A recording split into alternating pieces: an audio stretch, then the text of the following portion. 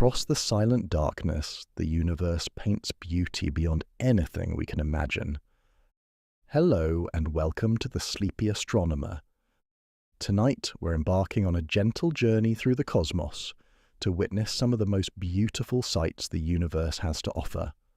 From glowing clouds of stardust to dancing lights across alien skies, from the perfect rings of Saturn to the spiraling arms of distant galaxies, we'll explore it all together at a pace designed for rest and wonder. Whether you're using this to fall asleep, to relax after a long day, or simply to spend some peaceful time contemplating the beauty of space, I'm so glad you're here.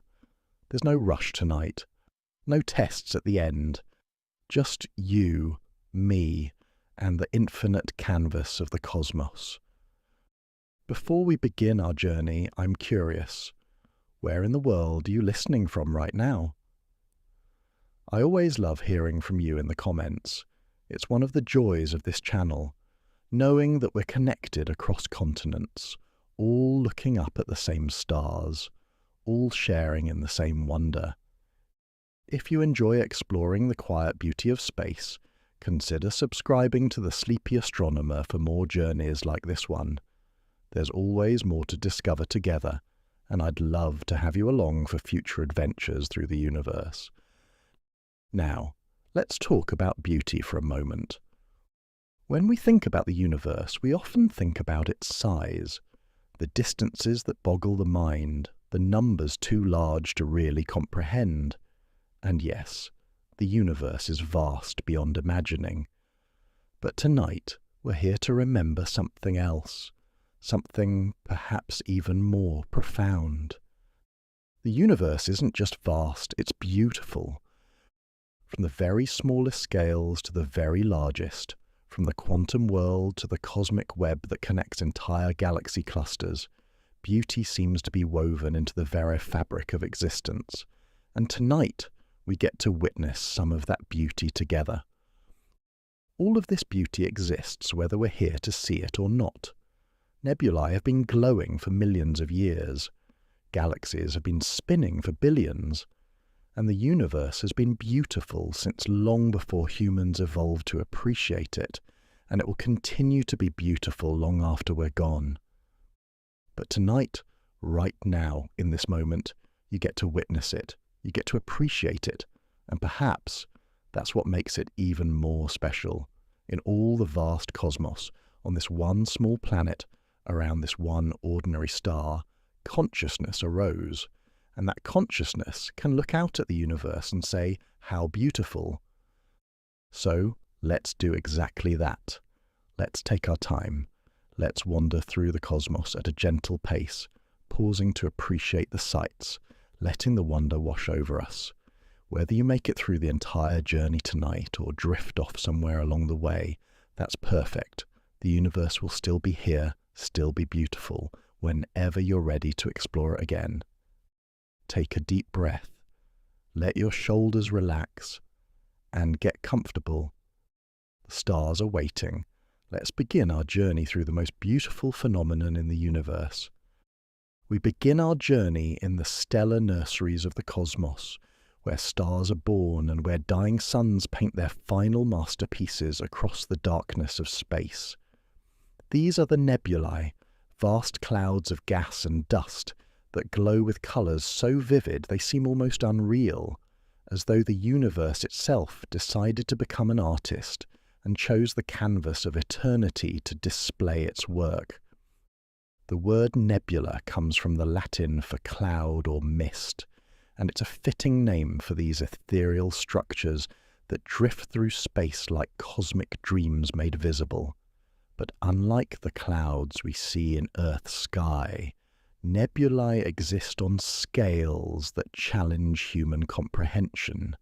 A single nebula can stretch across dozens or even hundreds of light years, meaning that even travelling at the speed of light, it would take you longer to cross one than all of recorded human history. What makes nebulae so breathtakingly colourful is actually the story they tell about the chemistry of the universe. Each colour represents a different element being energized by nearby starlight or stellar energy. Hydrogen, the most abundant element in the universe, glows in shades of red and pink when excited by ultraviolet radiation from hot young stars.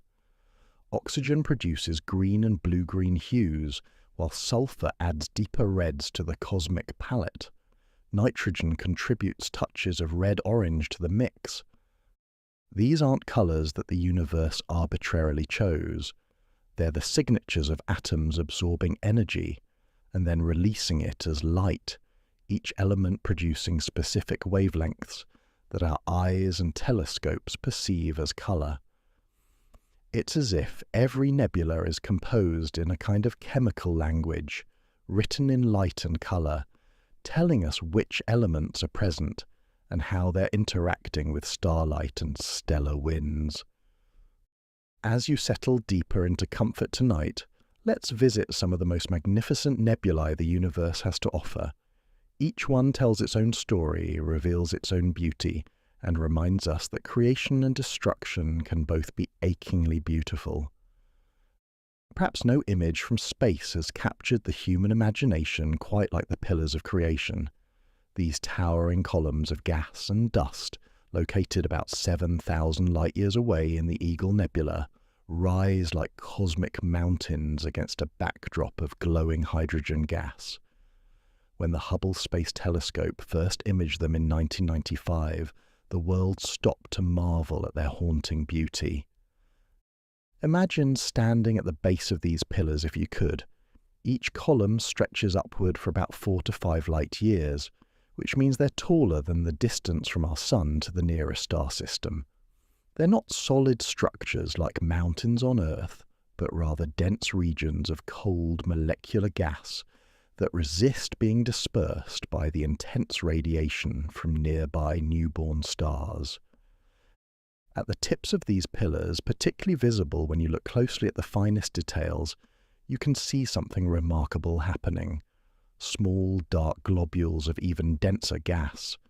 These are called EGGs, short for evaporating gaseous globules, and inside many of them, new stars are being born right now as we speak.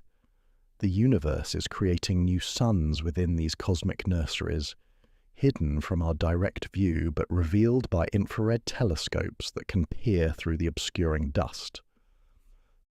The pillars themselves are being sculpted by a process called photoevaporation. Massive, hot stars just outside the frame of the famous photograph are pouring out intense ultraviolet radiation that slowly erodes the surrounding gas cloud. The densest parts of the cloud resist this erosion for longer, creating the pillar-like structures we see. It's like watching wind and water carve rock formations, except the process unfolds over millions of years and involves stellar winds and radiation instead of earthly weather. The colours in images of the pillars of creation tell their own story. The brownish-red tones show us neutral hydrogen gas, while the green-blue regions reveal ionized oxygen and sulfur. The overall effect creates an almost painterly quality, as though nature itself is an abstract expressionist working with a palette of atomic emission. What makes the pillars of creation particularly poignant is that they may no longer exist in their current form. Because they're 7,000 light-years away, we're seeing them as they appeared 7,000 years ago, long before the pyramids were built, before written history began. Astronomers believe that a supernova explosion may have already destroyed the pillars, but the light carrying that information simply hasn't reached us yet. For now, they exist for us, in their magnificent form, eternal in the light that travels across space to meet our eyes. If the pillars of creation are towering columns, then the Carina Nebula contains entire mountain ranges of gas and dust, shaped by the most massive and luminous stars known to exist.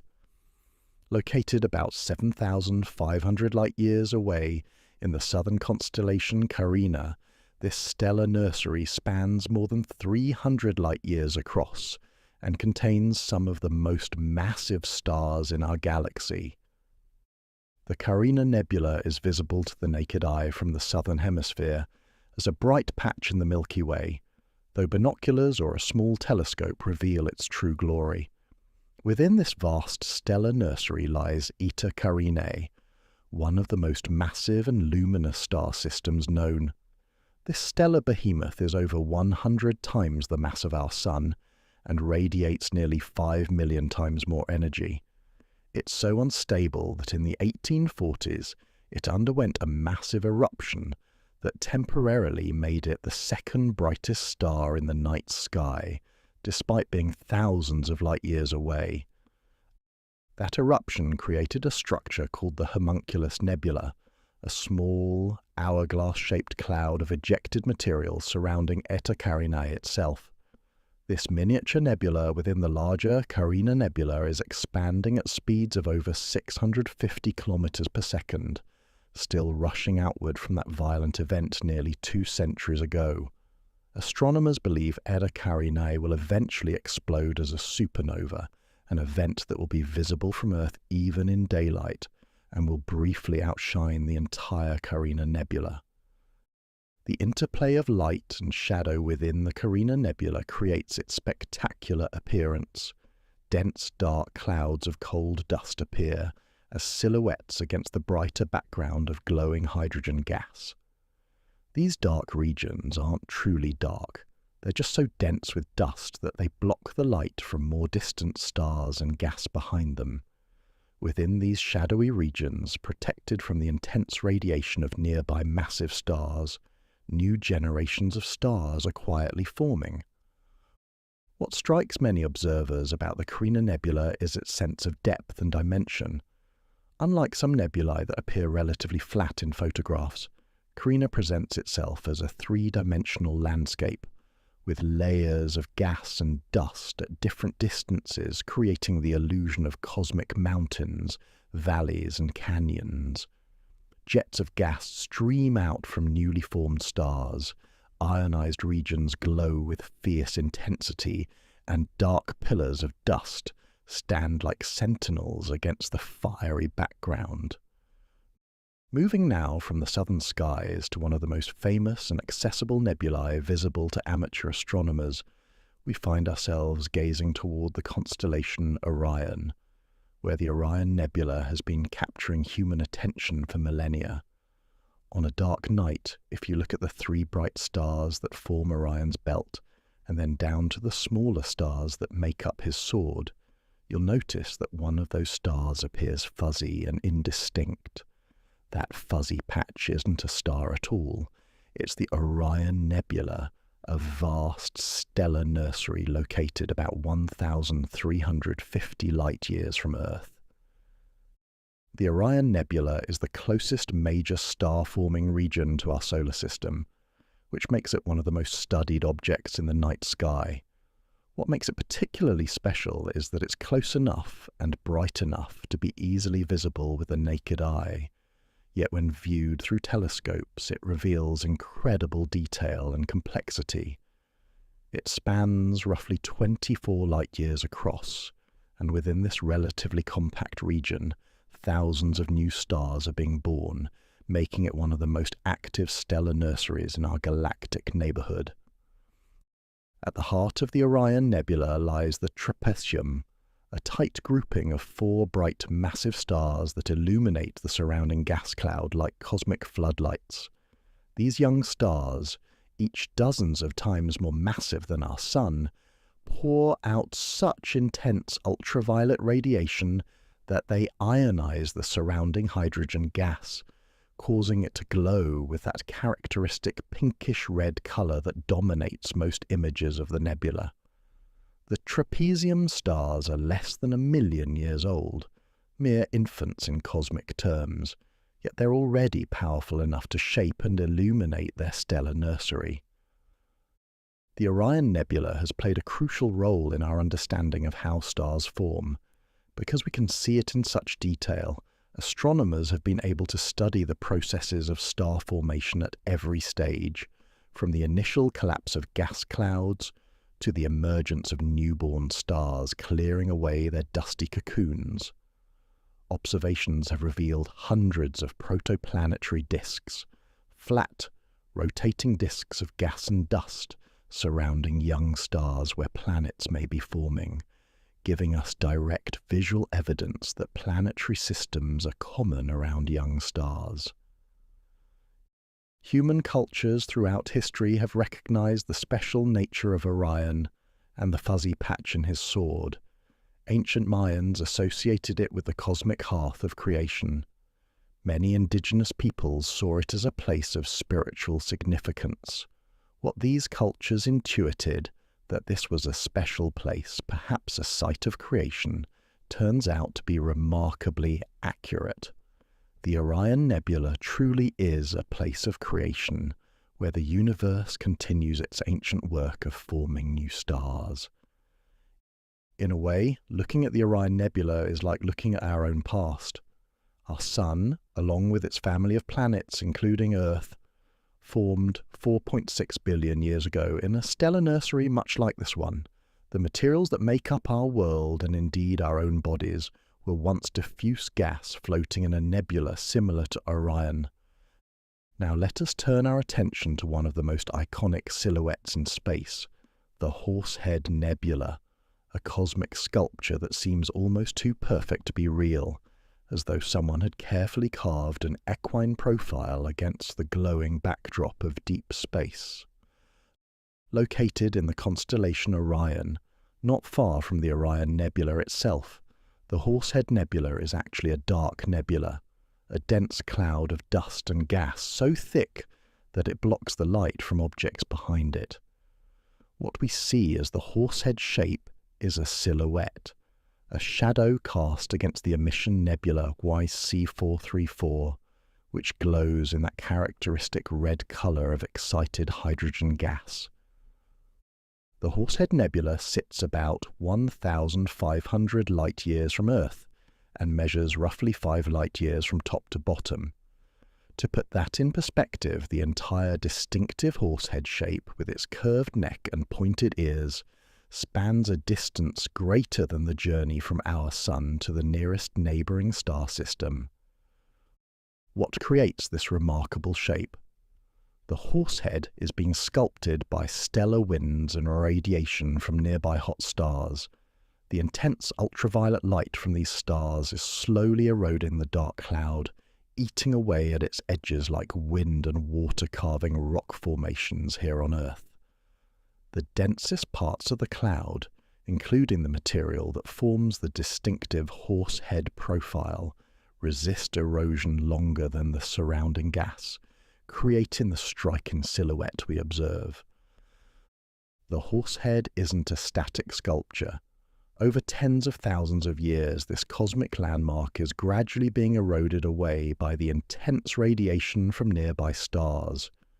Future astronomers, if they were to observe this region millions of years from now, would see a completely different shape, or perhaps no distinctive shape at all, as the dark cloud is slowly dispersed into space.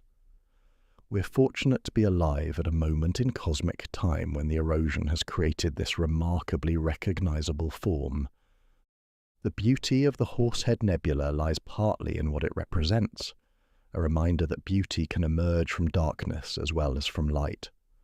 While emission nebulae like Orion glow with their own luminance, dark nebulae like the Horsehead create beauty through absence, through contrast, through the interplay of shadow and illumination. It's a different kind of cosmic artistry, no less magnificent for being composed of darkness rather than light. From the birthplace of stars, let us now journey to witness their final breaths, to see how dying stars can create some of the most hauntingly beautiful structures in all the cosmos. The Ring Nebula, also known by its catalogue designation M57, shows us what awaits our own Sun billions of years from now, a gentle but spectacular end that transforms a star into a glowing artwork suspended in space. Located about 2,300 light-years away in the constellation Lyra, The Ring Nebula appears through small telescopes as a faint, ghostly smoke ring floating against the blackness of space. The Ring Nebula is classified as a planetary nebula, though the name is somewhat misleading. Planetary nebulae have nothing to do with planets. The name dates back to the 18th century when astronomers viewing them through early telescopes thought their round, disc-like appearances resembled the planets of our solar system.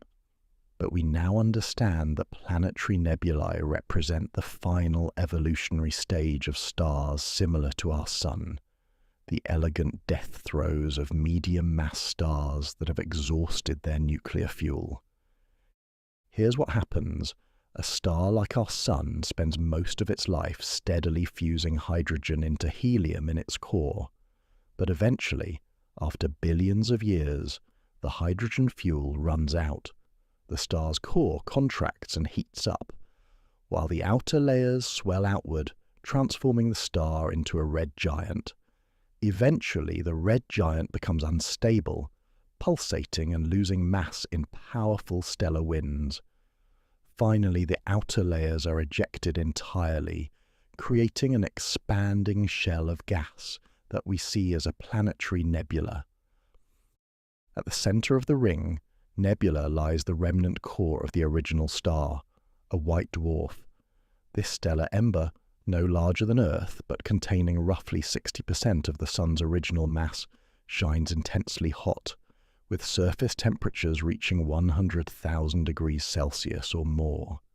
The intense ultraviolet radiation from this white dwarf ionizes the surrounding gas, causing it to glow with the characteristic colors we observe. The Ring Nebula is expanding outward at about 20 to 30 kilometers per second. It formed approximately 6,000 to 8,000 years ago when the central star ejected its outer envelope. This means that when ancient humans were building the first cities, developing agriculture, and creating the foundations of civilization, this particular star was in the process of its cosmic death, throwing off its outer layers to create the beautiful structure we observe today. The Ring Nebula reminds us that stellar death can be gentle and beautiful. Unlike massive stars that end their lives in violent supernova explosions, stars like our Sun will eventually return their material to space through this more peaceful process. In about 5 billion years, our own Sun will swell into a red giant and then shed its outer layers to create a planetary nebula, much like M57. Billions of years after that, future observers, if any exist, might see our Sun's planetary nebula glowing softly in space, a last testament to the star that once warmed our world. This cycle of stellar birth and death is fundamental to the universe's chemical evolution. The heavy elements necessary for life, carbon, oxygen, nitrogen, and many others, are created in stellar interiors through nuclear fusion. When stars die and return their material to space, whether through planetary nebulae like the Ring or through more violent supernova explosions, they enrich the interstellar medium with these elements. Future generations of stars and the planets that form around them inherit this enriched material. We are, quite literally, made of star stuff. Every atom in your body once belonged to a star that lived, shone, and died long ago. As we consider these magnificent nebulae we've journeyed through tonight, the towering pillars of creation where new stars ignite, the cosmic mountains of Carina shaped by massive stellar giants, the accessible wonder of Orion with its thousands of forming solar systems, the perfect silhouette of the Horsehead, and the gentle beauty of the Ring Nebula's stellar farewell, we begin to understand that nebulae represent the universe's full life cycle made visible. They are birth and death, creation and transformation. The raw materials of stars and the enriched elements return to space after stellar life ends. They glow with the light of chemistry itself, each color a different element announcing its presence. They exist on scales that dwarf human comprehension, yet we can observe them, appreciate them, and understand the physics that creates their breathtaking beauty. Nebulae remind us that the universe is not static but dynamic, constantly creating and recreating itself. Stars are born, live their lives, and die, returning their substance to space, where it will eventually form new stars, new planets, perhaps new life.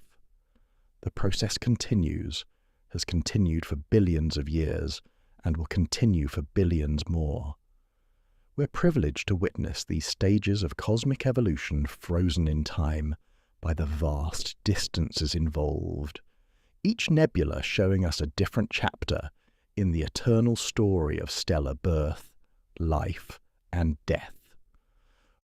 From the birthplace of stars, we turn our attention now to something closer to home, to lights that dance across the skies of worlds both near and far. The same stellar winds and radiation that sculpt nebulae and ionize their gas create another phenomenon of breathtaking beauty, auroras that paint the atmospheres of planets with curtains of shimmering light. The aurora is perhaps the most accessible form of cosmic beauty, a phenomenon that requires no telescope, no dark sky observatory, no special equipment, just you, the night sky, and the gentle dance of light that occurs when our star reaches out to touch the magnetic field of our world. For thousands of years, humans have looked up at these shimmering curtains of colour and wondered what they were witnessing. Ancient peoples created myths and legends to explain the dancing lights. The Norse believed they were reflections from the shields of the Valkyries as they rode across the sky. Some Inuit cultures thought they were the spirits of their ancestors playing a celestial game. The Japanese believed that a child conceived under the aurora would be blessed with good fortune. What's remarkable is that these ancient interpretations, while not scientifically accurate, captured something true about the auroras, that they represent a connection between the heavens and earth, a visible manifestation of invisible forces, a bridge between the terrestrial and the cosmic. They were right to see something magical in these lights, even if the actual mechanism is different from what they imagined. The scientific explanation for auroras is, in its own way, just as beautiful as the myths. Auroras occur when charged particles from the Sun, mostly electrons and protons, stream through space as part of what we call the solar wind. This wind flows constantly from our star, carrying with it pieces of the Sun's outer atmosphere, travelling at speeds of hundreds of kilometers per second. When these particles encounter Earth's magnetic field, something wonderful happens. Our planet's magnetic field acts as an invisible shield, protecting us from the constant bombardment of solar radiation and charged particles. This field extends far into space, creating a region called the magnetosphere that surrounds our world. When solar wind particles encounter this magnetic shield, they can't simply pass through. Instead, they're deflected and channeled along the magnetic field lines toward the polar regions, where the field lines converge and dip down into the atmosphere. As these charged particles funnel down toward the poles, they begin to collide with atoms and molecules in Earth's upper atmosphere, particularly oxygen and nitrogen. These collisions transfer energy to the atmospheric particles, exciting them to higher energy states. When the excited atoms and molecules return to their normal states, they release that energy as light, and that light is what we see as the aurora. The colours of the aurora tell us about the altitude and the type of atmospheric particle being excited. The most common auroral colour is a pale yellowish green, produced by oxygen atoms at altitudes of about 100 to 200 kilometres above Earth's surface. This is the colour you see in most aurora photographs, the shimmering green curtains that wave and pulse across the northern or southern sky. Higher up, at altitudes above 200 kilometres, oxygen produces a rarer red aurora. These red auroras are less common because the atmosphere is so thin at those heights that collisions between particles happen less frequently. When you do see red auroras, they often appear as a faint reddish glow above the more vibrant green curtains, like a blush at the top of the display.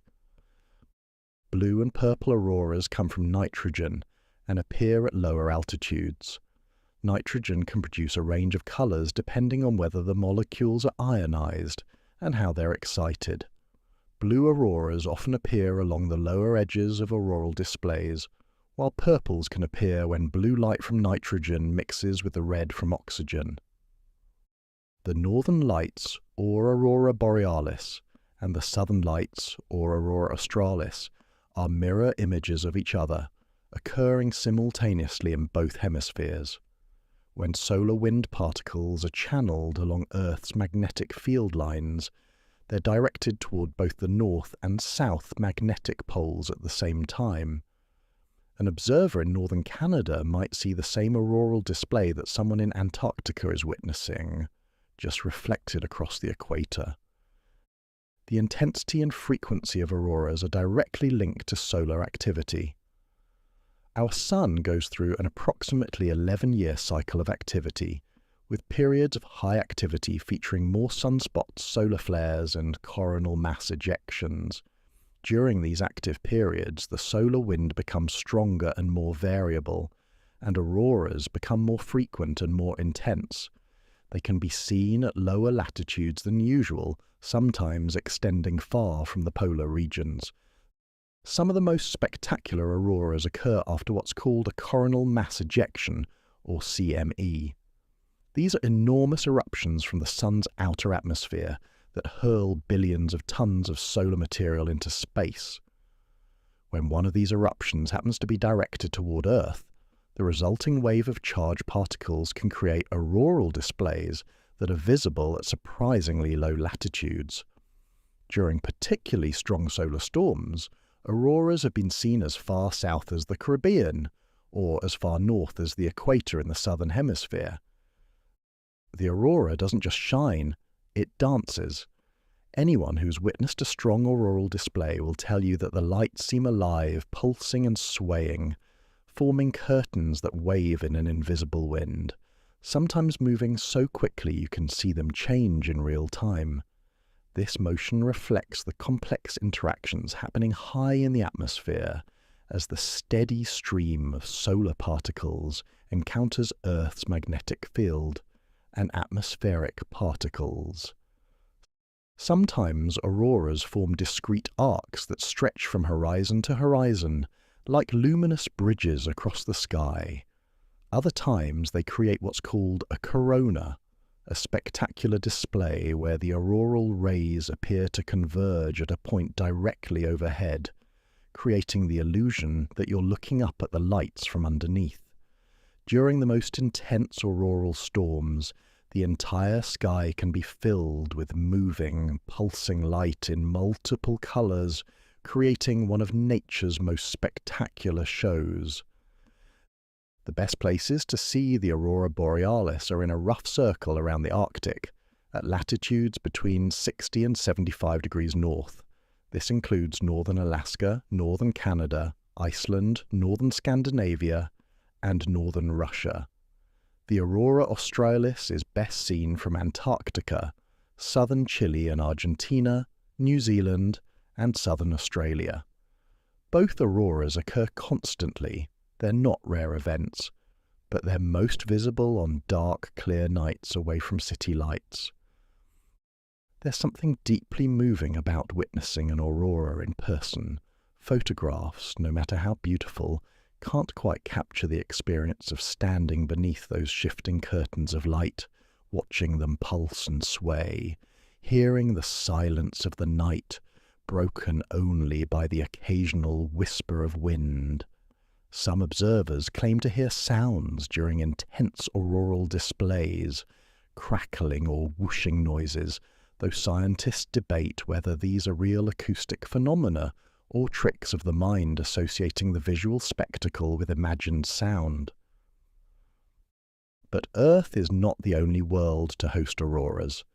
Anywhere there's a magnetic field and an atmosphere, auroras can occur. And throughout our solar system, from the giant planets to some of their moons, these cosmic light shows appear in forms that dwarf anything we see on Earth. Jupiter, the largest planet in our solar system, hosts the most powerful auroras known. Jupiter's magnetic field is enormous, about 14 times stronger than Earth's, and extends millions of kilometers into space. The auroras at Jupiter's poles are hundreds of times more energetic than Earth's auroras, producing as much energy in X-rays alone as Earth's entire auroral display produces across all wavelengths. Jupiter's auroras are permanent features, constant ovals of light that circle both magnetic poles. Unlike Earth's auroras, which come and go with solar activity, Jupiter's auroras never stop. They shine constantly in ultraviolet light, invisible to human eyes but brilliant when observed by specialized spacecraft instruments. The Hubble Space Telescope has captured stunning images of Jupiter's auroras, showing bright curtains of light draping over the planet's poles, swirling in Jupiter's powerful magnetic field. What makes Jupiter's auroras particularly interesting is that they're not powered solely by the solar wind, as Earth's auroras are. Jupiter's rapid rotation, it spins once every 10 hours, and its powerful magnetic field create a complex magnetosphere that generates its own internal sources of charged particles. Additionally, Jupiter's volcanic moon Io contributes to the auroral displays. Io's volcanoes constantly spew sulfur and other materials into space, and this material becomes ionized and trapped in Jupiter's magnetic field, eventually spiraling down into the atmosphere to create auroras. Jupiter's auroral displays include something called the Io footprint, a spot of auroral light connected to Io by magnetic field lines.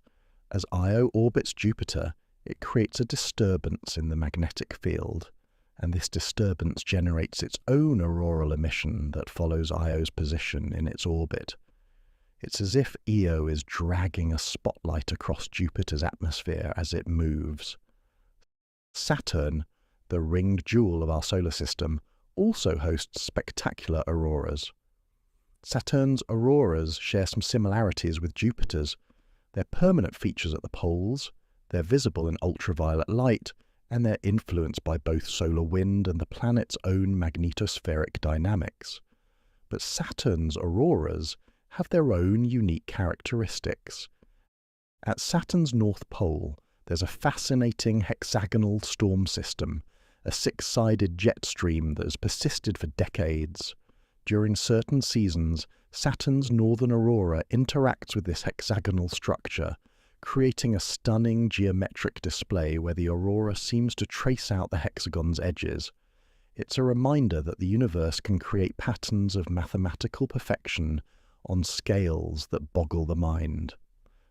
Saturn's rings also play a role in its auroral displays.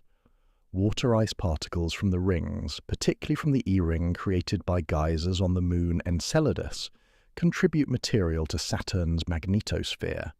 This material, along with charged particles from the solar wind, fuels the auroral displays that dance above Saturn's poles.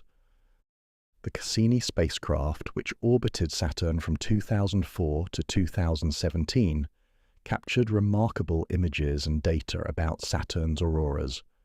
These observations revealed that Saturn's auroras can change rapidly, responding to variations in the solar wind and to dynamic processes within Saturn's magnetosphere.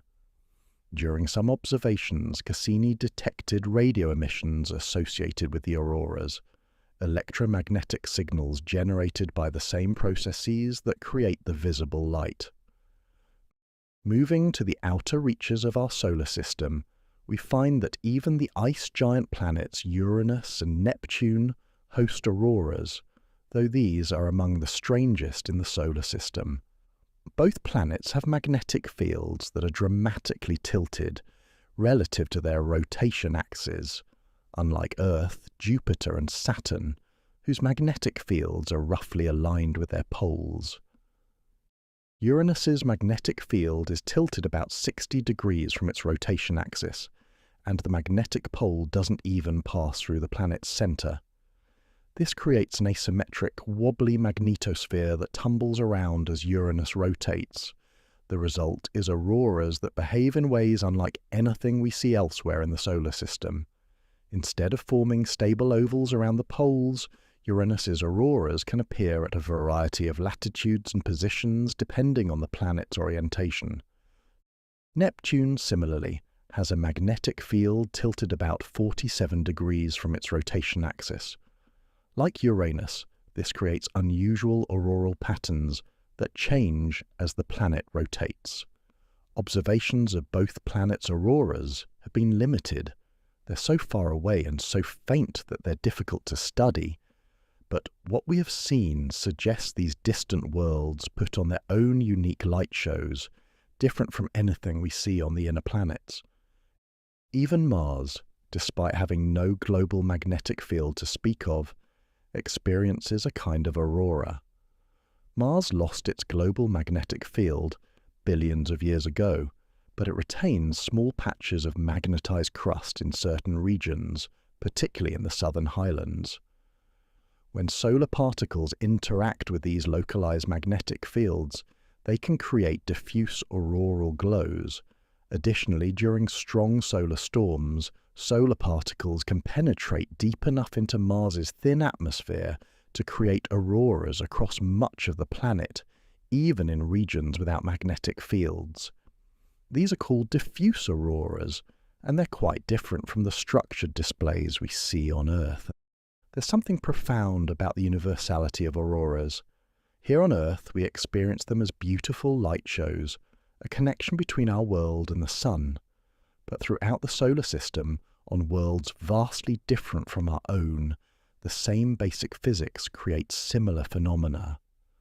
Whether it's Jupiter's permanent auroral ovals, Saturn's hexagonal displays, or the strange tilted auroras of Uranus and Neptune, these lights represent the same fundamental interaction: charged particles meeting magnetic fields and atmospheres, creating beauty in the process. The auroras remind us that we live in a dynamic solar system, not a static one. The Sun constantly breathes out its atmosphere in the form of the solar wind. Planets with magnetic fields channel this wind toward their poles. Atmospheres light up with colour as particles collide. It's a system in constant motion, constantly interacting, constantly creating beauty. For ancient peoples who witnessed the aurora, it must have seemed like pure magic. Lights in the sky that moved and danced, appearing without warning, colouring the heavens in shades that seemed otherworldly. They were not wrong to be amazed. Even now, understanding the physics behind auroras doesn't diminish their beauty. If anything, knowing that we're watching charged particles from our star colliding with our atmosphere, that we're seeing magnetic field lines made visible, that we're witnessing the same phenomenon that occurs on distant worlds throughout the solar system. This knowledge adds layers of meaning to the experience. The next time you see a photograph of the aurora, or if you're fortunate enough to witness one in person, take a moment to appreciate what you're seeing. Those dancing lights are a conversation between the Sun and Earth, conducted in the language of magnetic fields and charged particles, translated into visible light by our atmosphere. They're a reminder that we live on a world that's connected to its star, protected by an invisible magnetic shield, wrapped in an atmosphere that can transform invisible particles into visible beauty. From these lights that dance at the boundaries between Earth and space, we turn our attention now to the worlds themselves, to the planets that orbit our Sun, and the unique beauty each one holds. From Saturn's magnificent rings to the blue sunsets of Mars, from the thick clouds of Venus to the deep azure of Neptune, we'll explore the planetary wonders that make our solar system a gallery of cosmic artworks, each world uniquely beautiful in its own way. Our cosmic neighbourhood, the solar system we call home, contains 8 planets, each one a world unto itself, each one uniquely beautiful in ways that reflect the diverse processes that shape them over billions of years. From the scorching surface of Mercury to the frigid winds of Neptune, from the familiar blue marble of Earth to the alien landscapes of distant ice giants, these worlds remind us that beauty takes many forms, and that nature's creativity extends across the entire range of conditions found in our Sun's family of planets. Tonight, as you settle into comfort, let's take a gentle journey through our solar system, visiting each of these worlds and appreciating the particular beauty that makes each one special. We'll spend time with the famous and the familiar, but we'll also discover beauty in unexpected places, in storms that have raged for centuries, in sunsets painted in alien colours, in rings so thin they seem impossible, and in the profound significance of our own world seen from afar. Let's begin with what is perhaps the most iconic sight in our entire solar system, Saturn's rings. Even people who know little about astronomy recognise Saturn. Those magnificent rings circling the planet have become synonymous with the mystery and beauty of space itself. Through even a small telescope, Saturn appears like a jewel, the rings extending outward in a perfect geometric display that seems almost too elegant to be real. The rings of Saturn are composed of countless pieces of water ice mixed with rocky material, ranging in size from tiny grains smaller than sand to chunks as large as mountains. These particles orbit Saturn in thousands of individual ringlets, each following its own precise path around the planet. The entire ring system spans an enormous distance. From edge to edge, the rings extend more than 280,000 kilometres, yet they're remarkably thin. In most places, the rings are only about 10 metres thick. If you were to create a scale model where the rings were as wide as a football field, they would be thinner than a razor blade. This extreme thinness is part of what makes the rings so visually striking. When viewed edge-on from Earth, the rings can actually disappear from view entirely, becoming a thin line that's almost impossible to see. But when viewed at an angle, they spread out into that magnificent disk that has captivated observers since Galileo first pointed his primitive telescope at Saturn in 1610. The rings aren't a solid structure, but rather billions of individual particles, each one essentially a tiny moon orbiting Saturn, according to the same laws of physics that govern our own moon's orbit around Earth. The particles in the inner rings orbit faster than those in the outer rings, creating a complex dynamic system that's constantly in motion. If you could somehow stand on one of the larger ring particles, you'd see other chunks of ice moving past you at different speeds, some faster, some slower, all following their own orbital paths. What creates the gaps and divisions we see in the rings? Some are caused by small moons called shepherd moons that orbit within or near the rings. These moons' gravity creates resonances, regions where particles are either cleared away or accumulated, creating the structured appearance of distinct rings with gaps between them. The most prominent gap, the Cassini division, is about 4,800 kilometers wide and clearly visible through small telescopes. This gap is maintained by gravitational resonances with Saturn's moon Mimas. The origin of Saturn's rings remains somewhat mysterious. They could be the remains of a moon that was destroyed by a collision or torn apart by Saturn's gravity when it ventured too close to the planet, or they might be leftover material from Saturn's formation that never coalesced into a moon. What we do know is that the rings are probably relatively young by astronomical standards, perhaps only a few 100 million years old, and they won't last forever. Slowly but steadily, the ring particles are spiraling inward, raining down onto Saturn's atmosphere. In perhaps 100 million years, these magnificent rings may be gone entirely, making us fortunate to live in an epoch when Saturn wears its cosmic crown. The Cassini spacecraft, which orbited Saturn from 2004 to 2017, revealed the rings in unprecedented detail.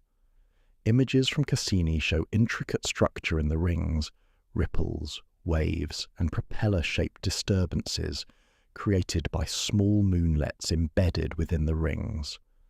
The spacecraft discovered that the rings are not uniform, but contain regions of different density and composition. Some areas are nearly pure water ice, glittering like fresh snow, while others contain more rocky material that gives them a slightly darker appearance. At Saturn's North Pole, there exists one of the strangest and most beautiful features in the entire solar system, a massive hexagonal storm system that has persisted for decades. This isn't a small feature. Each side of the hexagon is wider than the diameter of Earth. The hexagon is a jet stream, a fast-moving river of air that somehow maintains its six-sided shape, despite the chaotic nature of atmospheric dynamics. Why hexagonal? The exact mechanism is still debated, but it appears to involve a phenomenon called a Rossby wave, a type of atmospheric wave that can create geometric patterns under certain conditions. Laboratory experiments have recreated similar hexagonal patterns in rotating fluids, suggesting that the shape emerges from the interaction between Saturn's rotation and the planet's atmospheric dynamics. Whatever the cause, the result is visually stunning. A perfect geometric pattern at the pole of a giant planet, as if nature decided to demonstrate that it could create mathematical perfection on a planetary scale. The hexagon changes with Saturn's seasons. Yes, Saturn has seasons. Its axis is tilted relative to its orbit around the Sun, much like Earth's, creating seasonal variations that last about 7 Earth years each. During Saturn's northern summer, sunlight illuminates the North Pole and the hexagon, revealing its structure in visible light. The hexagon's colour has been observed to change from blue to gold, reflecting seasonal changes in the atmosphere's composition and the altitude of haze particles. If we journey inward toward the Sun from Saturn, we encounter Jupiter, the largest planet in our solar system, and home to one of the solar system's most famous features, the Great Red Spot. This enormous storm has been raging in Jupiter's atmosphere for at least 350 years, possibly much longer. When observers first turned telescopes to Jupiter in the 1600s, they noted a prominent spot, and we've been watching it ever since. The Great Red Spot is an anticyclonic storm, meaning it rotates in the opposite direction from hurricanes on Earth. It's enormous. At its largest, it was wide enough to contain 3 Earths side by side. In recent decades, the spot has been shrinking, though it still remains one of the largest storms in the solar system. The storm sits about 8 kilometers higher than the surrounding cloud deck, rising above Jupiter's other atmospheric features like a massive mountain of swirling gas. What gives the Great Red Spot its distinctive colour? The storm's reddish hue likely comes from complex organic molecules formed when solar ultraviolet light interacts with Jupiter's atmospheric chemicals. The exact compounds responsible for the colour are still being studied, but they're probably similar to compounds called tholins, organic molecules that form when simple chemicals like methane and ammonia are exposed to ultraviolet radiation or other energy sources. The winds within the Great Red Spot can reach speeds of up to 400 kilometers per hour, faster than the strongest hurricanes on Earth. Yet despite this violence, the storm is remarkably stable and long-lived. On Earth, hurricanes dissipate when they pass over land or when they run out of warm ocean water to fuel them. But Jupiter has no land and no oceans. It's a gas giant without a solid surface. This allows storms to persist for centuries or even millennia, drawing energy from the heat rising from Jupiter's interior and from the planet's powerful winds. Jupiter's atmosphere is a masterpiece of flowing colours and swirling storms. Bands of clouds circle the planet, alternating between light-coloured zones and dark-coloured belts. These bands are created by Jupiter's rapid rotation. The planet spins once every 10 hours, combined with rising and sinking regions in the atmosphere. The zones are regions where gas is rising and cooling, forming high-altitude clouds of ammonia ice. The belts are regions where gas is sinking, revealing the darker, warmer clouds below. Throughout Jupiter's atmosphere, smaller storms appear and disappear, white ovals and brown ovals that can persist for years or decades before merging with other storms or dissipating. The entire atmosphere is in constant motion, a turbulent sea of gas, where weather patterns the size of Earth appear, evolve and vanish over timescales of years to decades. And yet, amid all these giants, there is a smaller world, delicate, blue and alive. Now let's turn our attention to our own world, Earth, but viewed from a perspective that few humans have experienced, from far away, as a distant planet among many. There's a famous photograph taken by the Voyager 1 spacecraft in 1990 from a distance of about 6 billion kilometers. In that image, Earth appears as a tiny point of light, less than a single pixel, suspended in a shaft of scattered sunlight.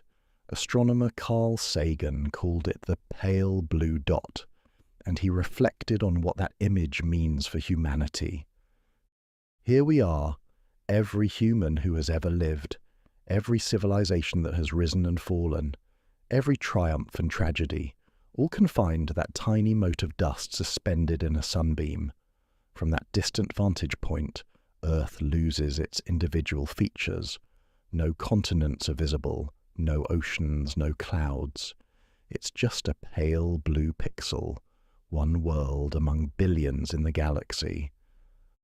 But what makes Earth so special, so uniquely beautiful, becomes clear when you consider what that blue colour represents. Earth is the only planet in our solar system, and perhaps the only world within many light years, where liquid water exists in abundance on the surface. That blue colour is the signature of oceans, of water that makes life possible, of a world that occupies the just right zone, where temperatures allow water to exist as a liquid rather than freezing into ice or boiling away into vapour. When astronauts first saw Earth from lunar orbit during the Apollo 8 mission in 1968, they captured an image that became known as Earthrise, our world appearing to rise above the moon's barren horizon. The photograph shows Earth as a brilliant blue and white sphere, vibrant and alive-looking, set against the stark black of space and the grey desolation of the lunar surface. The contrast is striking. Earth, so full of colour and life, the moon, so grey and lifeless.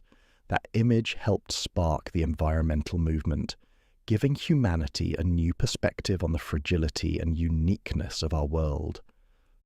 From space, Earth's beauty is obvious. The swirling white of clouds, the deep blue of oceans, the brown and green of continents, the white of polar ice caps, all visible from orbit, all combining to create a world that looks alive, in a way that other planets simply don't. It's sometimes called the overview effect, the cognitive shift that astronauts experience when they see Earth from space, a profound understanding that we all share this one fragile world, that national boundaries are invisible from space, that the thin layer of atmosphere that sustains us is so delicate it barely seems capable of protecting us. Earth's atmosphere, that thin blue line visible at the horizon when viewed from space, is what makes our world habitable. It's only about 100 kilometers thick, and most of the breathable air is concentrated in the lowest 10 kilometers. If Earth were the size of an apple, the atmosphere would be thinner than the apple's skin. Yet this thin layer moderates temperatures, provides the air we breathe, shields us from harmful radiation, and creates the weather patterns that distribute water around the globe. Let's journey now to Mars, a world that has captured human imagination for centuries. Mars is often called the Red Planet due to the iron oxide rust that colours its surface rocks and dust. But Mars holds beauty that goes beyond its rust-coloured deserts. One of the most surprising and poignant sights on Mars is something that no human has yet witnessed in person, but which our robotic explorers have captured: the sunset. On Earth, sunsets paint the sky in shades of red, orange and pink. The sun itself appears yellow or golden, and the sky around it takes on warm hues as sunlight passes through our atmosphere. But on Mars, sunsets are blue. The sun appears as a small, distant disk, smaller than it appears from Earth because Mars is farther from the sun, and as it sets below the horizon, it creates a blue glow in the sky around it, while the rest of the Martian sky takes on reddish and pinkish tones. This colour reversal happens because of the dust in Mars's thin atmosphere. Fine particles of rust-coloured dust are suspended in the air, and these particles scatter light differently than the molecules in Earth's atmosphere. On Earth, our atmosphere scatters blue light more than red light, which is why our daytime sky is blue and our sunsets are red. We see the scattered blue light during the day, and at sunset, when sunlight passes through more atmosphere, the blue light is scattered away, and we see the reds and oranges that pass through. On Mars, the dust particles scatter red light more effectively, giving the daytime sky its pinkish or butterscotch colour. But near the sun, especially at sunset and sunrise, there's a different effect at play. Light scattering off the dust particles creates a blue halo around the sun itself. It's a beautiful inversion of what we experience on Earth, and it reminds us that alien skies can paint sunsets in unexpected colours. Mars holds other beauty as well. The planet's polar ice caps, composed of water ice and frozen carbon dioxide, advance and retreat with the Martian seasons. Massive volcanoes dominate certain regions. Olympus Mons, the largest known volcano in the solar system, rises 21 kilometers above the surrounding plains, nearly 3 times the height of Mount Everest. The Valles Marineris, a canyon system that stretches more than 4,000 kilometers across Mars's surface, would span the width of the United States if placed on Earth. Its depths reach 7 kilometers in places, making the Grand Canyon look like a modest crack by comparison. Dust storms occasionally engulf the entire planet, turning the world into a uniform, hazy orb when viewed from space. During these global dust storms, which can last for months, the thin atmosphere becomes thick with suspended particles, dimming the sunlight that reaches the surface and completely obscuring surface features from orbital observation.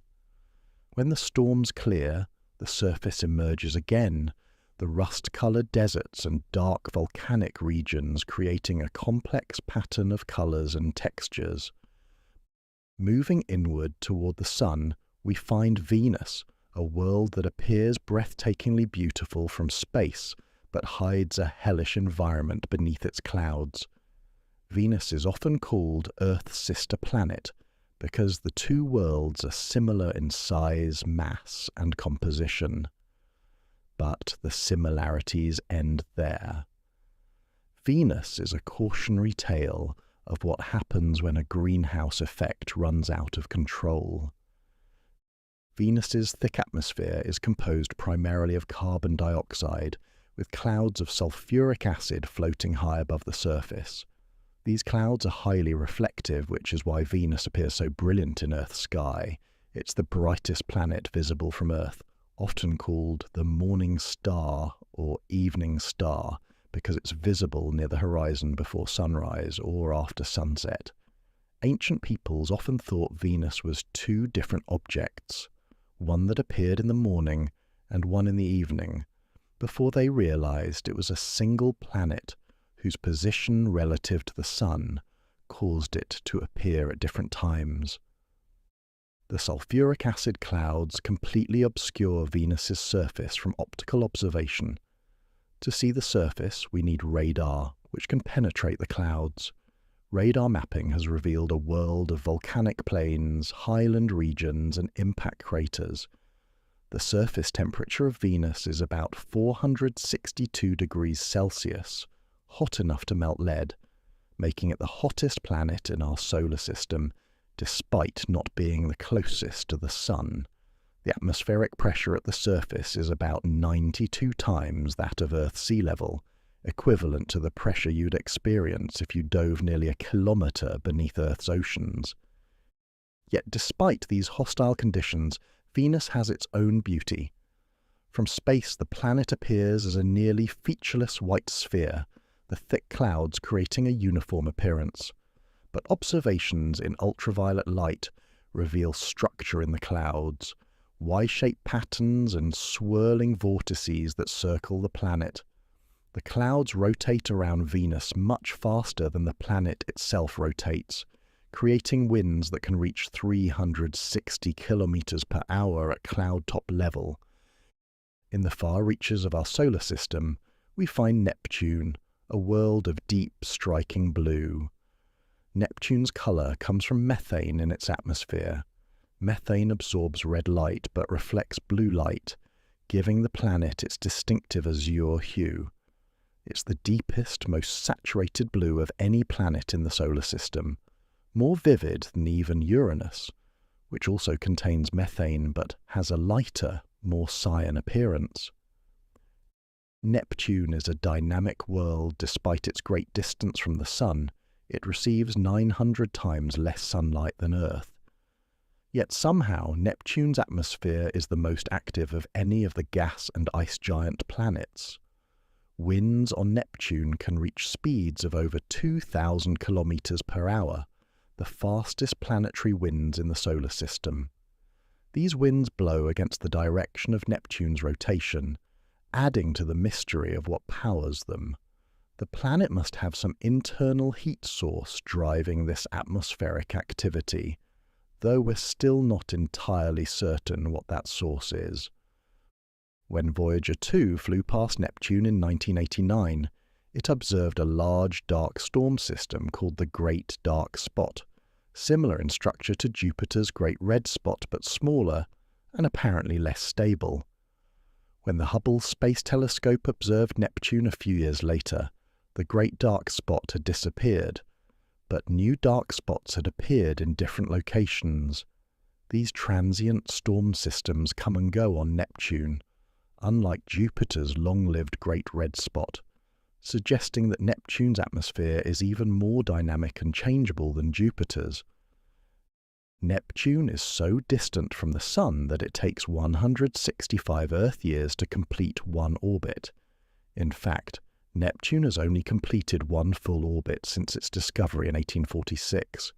When you look at Neptune through a telescope, you're seeing a world that's barely been touched by human observation, a planet that remains largely mysterious despite our brief encounter with it during Voyager 2's flyby.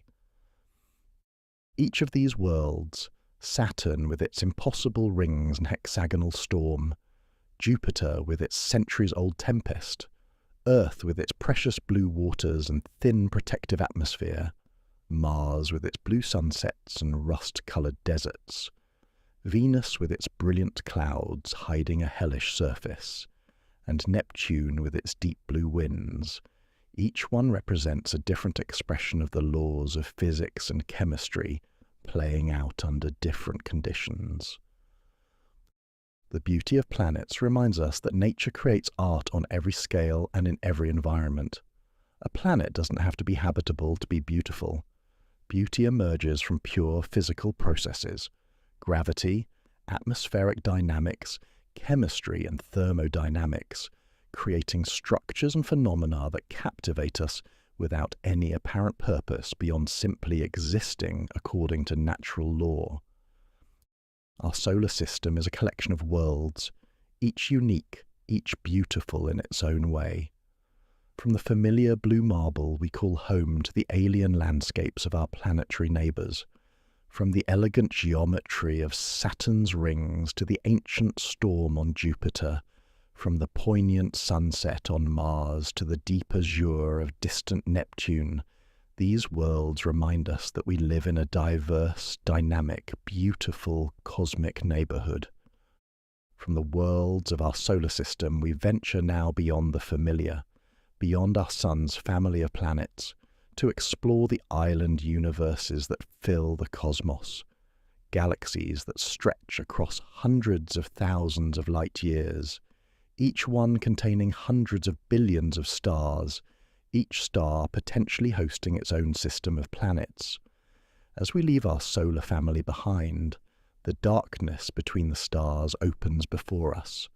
We turn our gaze to the realm of galaxies, to beauty on a scale that makes even our solar system seem small. A galaxy is an island universe, a vast collection of stars, gas, dust, and dark matter bound together by gravity, separated from other galaxies by immense distances, yet connected through the web of cosmic structure that organizes matter on the larger scales. Our own galaxy, the Milky Way, contains somewhere between 200 and 400 billion stars, and in the observable universe there are roughly 2 trillion galaxies, each one a cosmos unto itself, each one containing billions or even trillions of stars. To understand galaxies is to understand that we are part of something incomprehensibly vast. Every star you've ever seen with your naked eye belongs to our galaxy. Every constellation, every meteor, every planet visible in the night sky, all of it is local, contained within our cosmic island. The faint, fuzzy patches that ancient astronomers noted and called nebulae turned out to be distant galaxies, whole other Milky Ways scattered across the universe, so far away that their billions of stars blur together into a diffuse glow. Let's begin our exploration with the galaxy we know best, the one we call home, the Milky Way. On a dark night, far from city lights, you can see the Milky Way stretching across the sky like a river of faint starlight. Ancient peoples around the world noticed this band of light and created myths to explain it. The Greeks saw it as milk spilled from the breast of the goddess Hera. The Chinese saw it as the Silver River. Indigenous Australian cultures saw it as a river in the sky or as campfires of ancestors. The Norse mythology spoke of it as a path taken by souls journeying to the afterlife. What we're actually seeing when we look at the Milky Way is our view of our own galaxy from the inside. Our solar system sits about 2/3 of the way out from the galactic centre, embedded in one of the spiral arms. When we look toward the plane of the galaxy, we see the combined light of billions of stars, too distant to resolve individually but together, creating that misty band of light that spans the sky. When we look perpendicular to the galactic plane, we see far fewer stars and can peer out into intergalactic space, where other galaxies await. The Milky Way is a barred spiral galaxy, meaning it has a bar-shaped structure of stars extending from the central bulge, with spiral arms winding outward from the ends of the bar. Our galaxy is about 100,000 light-years in diameter, though the exact size is difficult to measure from our position inside it. The disk of the galaxy is relatively thin, only about 1,000 light-years thick in most places, though the central bulge is thicker and rounder. At the very centre of our galaxy, in the direction of the constellation Sagittarius, lies something remarkable, a supermassive black hole with a mass about 4 million times that of our Sun. We can't see this black hole directly, but we can observe the effects of its gravity on nearby stars. Astronomers have tracked individual stars orbiting the galactic centre, moving at tremendous speeds as they swing around the invisible massive object at the heart of our galaxy.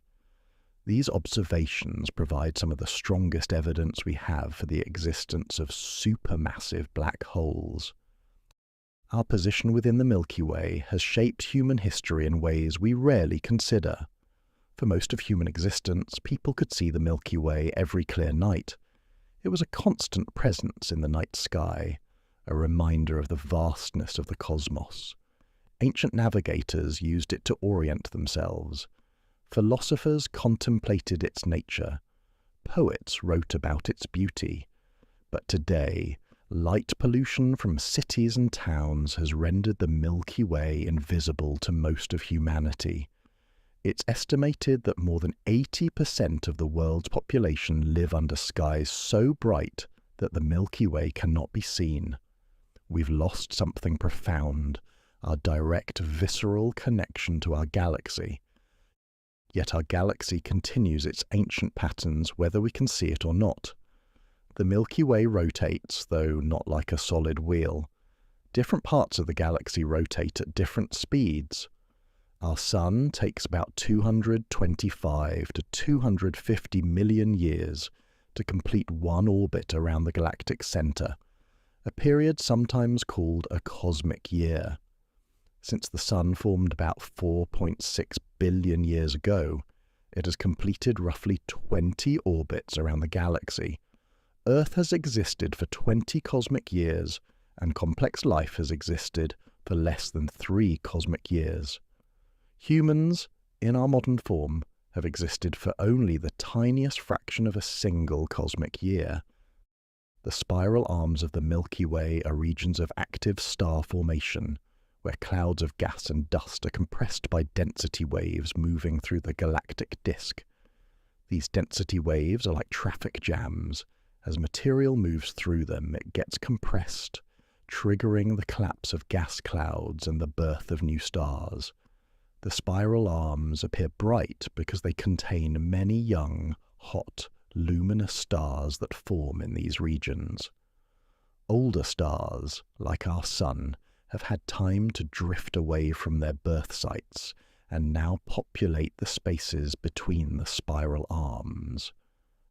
Our nearest large galactic neighbour is the Andromeda Galaxy, also known as M31. Located about 2.5 million light-years away, Andromeda is visible to the naked eye from Earth as a faint fuzzy patch in the constellation Andromeda. What you're seeing with your unaided eye is the combined light of about 1 trillion stars, photons that have been travelling through space for 2.5 million years to reach your retina. When that light began its journey, the earliest human ancestors were just beginning to evolve on Earth. Andromeda is larger than the Milky Way, spanning about 220,000 light-years in diameter and containing roughly twice as many stars as our galaxy. It's also a spiral galaxy, and if we could view it face-on instead of at an angle, it would appear as a magnificent spiral with well-defined arms. Through small telescopes, Andromeda shows up as an elongated smudge with a bright central core. Through larger instruments, and especially in long-exposure photographs, the spiral structure becomes visible, along with dark dust lanes that trace out the spiral arms. Andromeda is approaching the Milky Way at a speed of about 110 kilometers per second. In about 4.5 billion years, our two galaxies will collide. This might sound catastrophic, but galactic collisions are actually quite gentle events from the perspective of individual stars.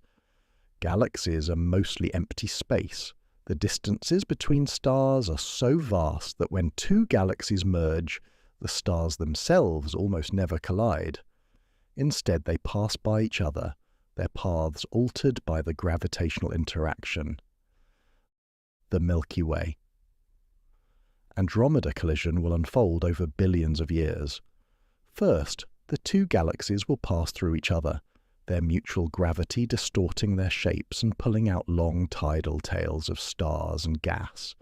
Then they'll swing back together for a second pass, and then perhaps a third, each encounter stripping away more material and disrupting the ordered spiral structure. Eventually, after multiple passes over the course of several billion years, the two galaxies will merge into a single, larger elliptical galaxy. Astronomers have already given this future galaxy a name, Milkomeda. During the merger, the night sky from Earth, if Earth still exists, will be spectacular. Andromeda will grow larger and larger in the sky over millions of years. Eventually, rather than appearing as a small fuzzy patch, it will stretch across a significant portion of the sky, its spiral structure visible even without a telescope. New bursts of star formation will light up both galaxies as clouds of gas collide and compress, triggering the birth of millions of new stars. The orderly spiral arms will be disrupted, replaced by chaotic streams and shells of stars. It will be a magnificent, slow-motion cosmic dance, a transformation witnessed over millions of years by any observers who might exist that far in the future. But we need not wait billions of years to witness galactic interactions. Throughout the universe, galaxies are colliding and merging right now, frozen in various stages of the process by the vast distances involved. One of the most beautiful examples is the Whirlpool Galaxy, also known as M51, located about 23 million light-years away in the constellation Canes Venatici. The Whirlpool Galaxy is actually two galaxies in the process of interaction, a larger spiral galaxy and a smaller companion galaxy that is currently passing behind the larger galaxy's disk. The gravitational interaction between these two galaxies has enhanced the spiral structure in the larger galaxy, creating arms that are remarkably well-defined and symmetric. The Whirlpool was the first galaxy in which spiral structure was observed, discovered by Lord Rosse in 1845, using his large reflecting telescope in Ireland. When you look at images of the Whirlpool Galaxy, you're seeing a cosmic dance frozen in time. The smaller companion galaxy has already passed through the disk of the larger galaxy once, and its gravity has triggered intense star formation along the spiral arms. Bright blue regions mark areas where massive young stars are forming, while dark dust lanes trace the spiral structure, showing where cold molecular clouds are concentrated. The entire system looks remarkably orderly despite the violence of the gravitational interaction. The gravitational tidal forces between the two galaxies have pulled out a bridge of material connecting them, a stream of stars and gas that physically links the two galaxies together. This tidal bridge is visible in photographs as a faint connection between the main spiral galaxy and its companion. Over time, the companion will likely be torn apart by tidal forces and absorbed into the larger galaxy, adding its stars to the growing cosmic metropolis. Moving from the elegance of spirals to a different form of galactic beauty, let's consider the Sombrero Galaxy, or M104. Located about 28 million light-years away. Light-years away in the constellation Virgo, the Sombrero Galaxy is named for its resemblance to a Mexican hat. It has a bright central bulge and a prominent dark dust lane around its middle that creates the appearance of a hat brim. The sombrero is classified as an unbarred spiral galaxy, though we see it nearly edge-on, which gives it its distinctive appearance. The dark dust lane is actually the galaxy's spiral disk, filled with gas and dust where star formation occurs. This dust absorbs light from stars behind it, creating the dark band that encircles the bright bulge. The bulge itself contains billions of older yellowish stars, and at its center lies a supermassive black hole with a mass equivalent to about 1 billion suns, much larger than the black hole at the center of our own Milky Way.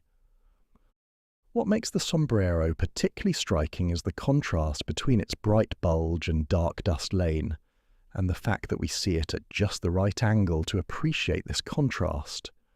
If we viewed the sombrero face-on, it would look like a typical spiral galaxy. If we viewed it perfectly edge-on, we would see only a thin line.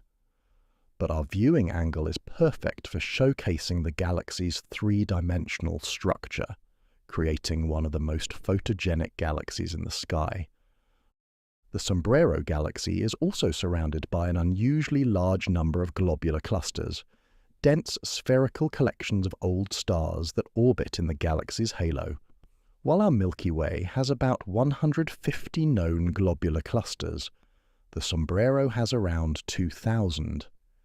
These globular clusters appear as faint points of light surrounding the galaxy in long exposure images, like a swarm of bees around a hive. Sometimes beauty emerges not from order, but from chaos. The Antennae Galaxies, located about 45 million light-years away in the constellation Corvus, show us what galactic collisions look like in their violent prime. Two spiral galaxies are colliding head-on, and the interaction has thrown out long tidal tails of stars and gas that extend for hundreds of thousands of light-years, resembling the antennae of an insect, hence the name. The collision of these two galaxies has triggered an enormous burst of star formation. Thousands of star clusters are forming in the regions where gas clouds from the two galaxies collide and compress. These young star clusters shine brilliantly blue in photographs, marking regions of intense activity. Eventually, many of these clusters will disperse, but some will remain bound by gravity and become globular clusters, ancient remnants of this merger that will persist for billions of years. The cores of the two galaxies are still distinct, but they're on a collision course. Over the next few 100 million years, they'll merge together, and the two supermassive black holes at the centers of the original galaxies will sink toward the center of the new merged system. Eventually, those black holes will merge as well, creating an even more massive black hole and releasing a pulse of gravitational waves that will ripple through space-time. The Antennae Galaxies give us a preview of what the Milky Way Andromeda collision will look like billions of years from now. Astronomers study systems like the antennae to understand the physics of galaxy mergers, to see how gas behaves during collisions, and to learn how these violent events trigger star formation. What appears as frozen beauty in our images is actually a dynamic, evolving system, changing on timescales of millions of years. Another remarkable collision product is the Cartwheel Galaxy, located about 500 million light-years away in the constellation Sculptor. The Cartwheel is a ring galaxy. It has a bright inner region surrounded by a large, bright ring with relatively little visible material in between. This unusual structure was created by a nearly head-on collision between the Cartwheel and a smaller galaxy. When the smaller galaxy plunged through the disk of the larger galaxy, it created a ripple effect, like a stone dropped into a pond. This ripple spread outward through the disk, compressing gas and triggering star formation as it went. The ring we see today is the result of that ripple. It's a wave of star formation that's been expanding outward for about 200 million years since the collision. The bright blue color of the ring indicates young, massive stars, while the inner region appears more yellowish, containing older stars. The Cartwheel is a temporary structure. Over time, the ring will continue to expand and disperse, and the galaxy will eventually settle into a more conventional elliptical shape. But for now, it's a beautiful demonstration of how galaxy collisions can create temporary structures that look designed but are actually the result of simple gravitational physics playing out over cosmic timescales. Let's zoom out now to consider the sheer scale and diversity of galaxies in the universe. Galaxies come in several basic types, each representing a different stage of evolution or a different formation history. Spiral galaxies like the Milky Way and Andromeda are characterized by their flat rotating disks and spiral arm patterns. They're actively forming stars in their disks and contain substantial amounts of gas and dust. Elliptical galaxies are more spherical or football-shaped and typically contain older, redder stars with little ongoing star formation. They range from small dwarf ellipticals containing a few million stars to giant ellipticals containing trillions of stars. Many elliptical galaxies are thought to form through the merger of spiral galaxies.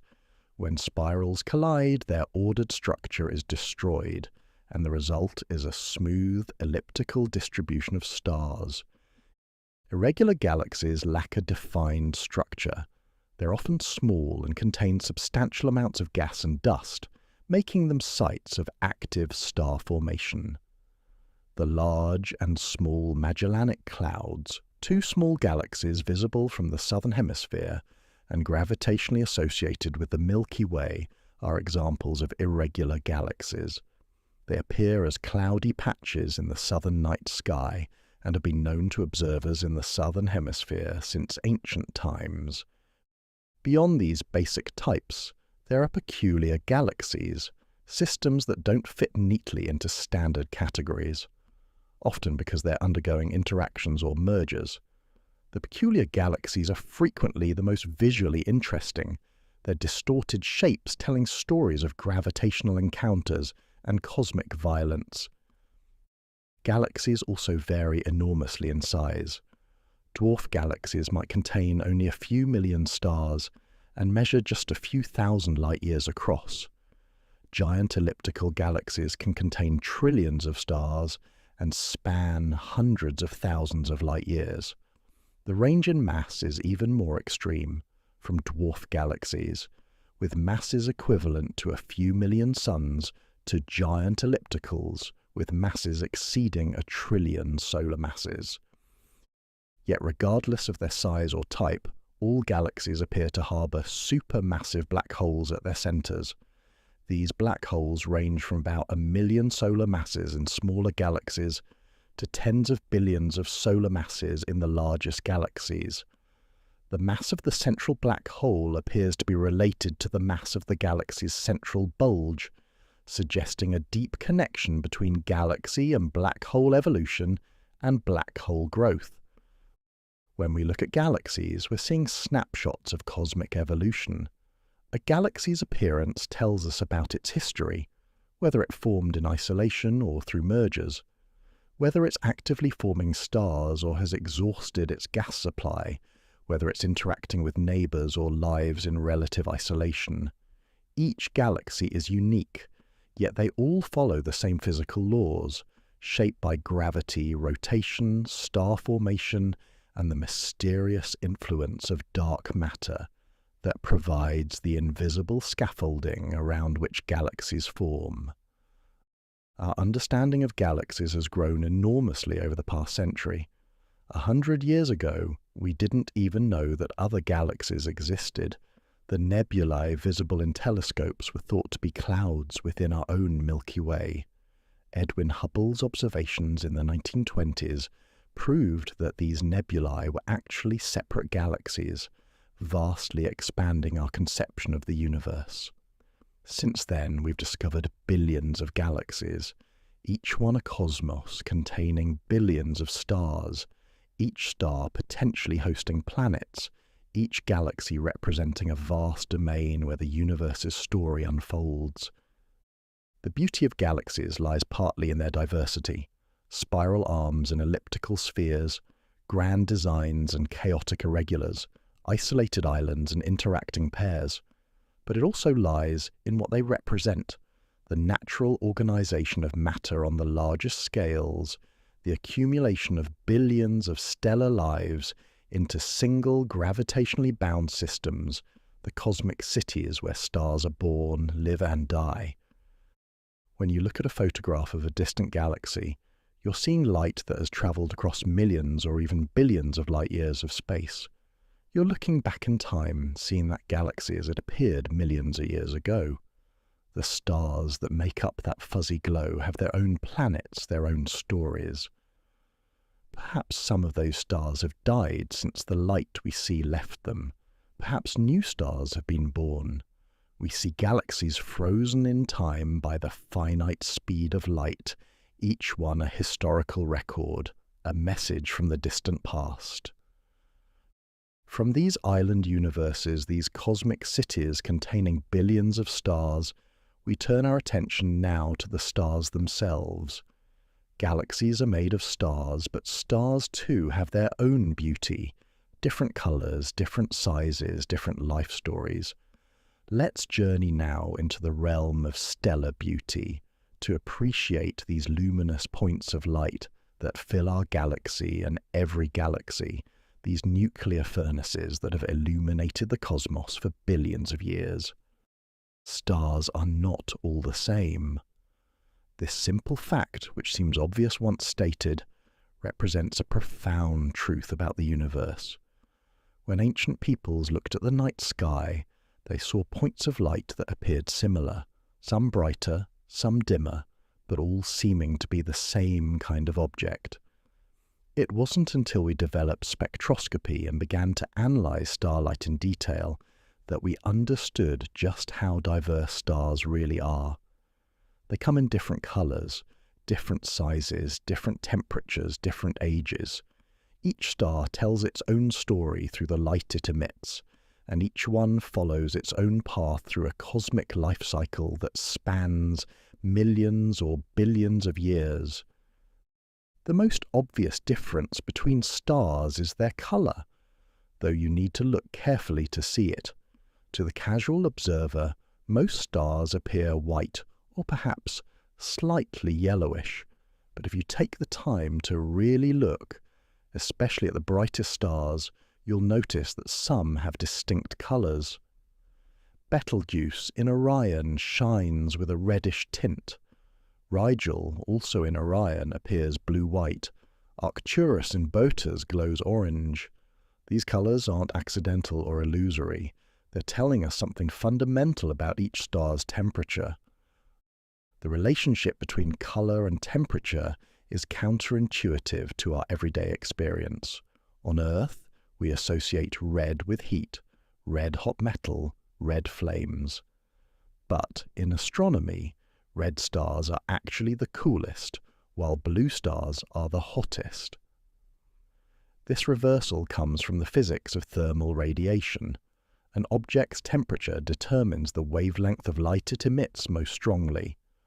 Cool objects emit primarily in the infrared and red portions of the spectrum. As temperature increases, the peak emission shifts toward blue and eventually ultraviolet. The hottest stars shine blue-white, while the coolest glow red or even brown. Blue stars like Rigel have surface temperatures of 10,000 degrees Celsius or more, several times hotter than our Sun's surface. They're typically massive stars, many times more massive than the Sun, and they burn through their nuclear fuel quickly. A massive blue star might live only a few million years before exhausting its hydrogen and meeting a violent end in a supernova explosion. These stars live fast and die young, brilliant but brief candles in the cosmic night. White and blue-white stars like Sirius, the brightest star in our night sky, have temperatures around 9,000 to 10,000 degrees Celsius. Sirius is actually a binary system. The bright white star we see has a companion, a white dwarf, orbiting close to it. The white dwarf is the collapsed core of a star that was once more massive than the primary star, but has already completed its life cycle and died. Millions of years from now, the current primary star will also die, swell into a red giant, and eventually shed its outer layers to become a white dwarf itself. Yellow stars like our Sun have surface temperatures around 5,500 degrees Celsius. Our Sun is classified as a G-type main sequence star, a designation that tells astronomers about its temperature and luminosity. The Sun is middle-aged, about 4.6 billion years old, with another 5 billion years to go before it exhausts its hydrogen fuel and begins its transformation into a red giant. It's a remarkably stable star, varying in brightness by only about 0.1% over the course of its 11-year activity cycle, a stability that has been crucial for the development and persistence of life on Earth.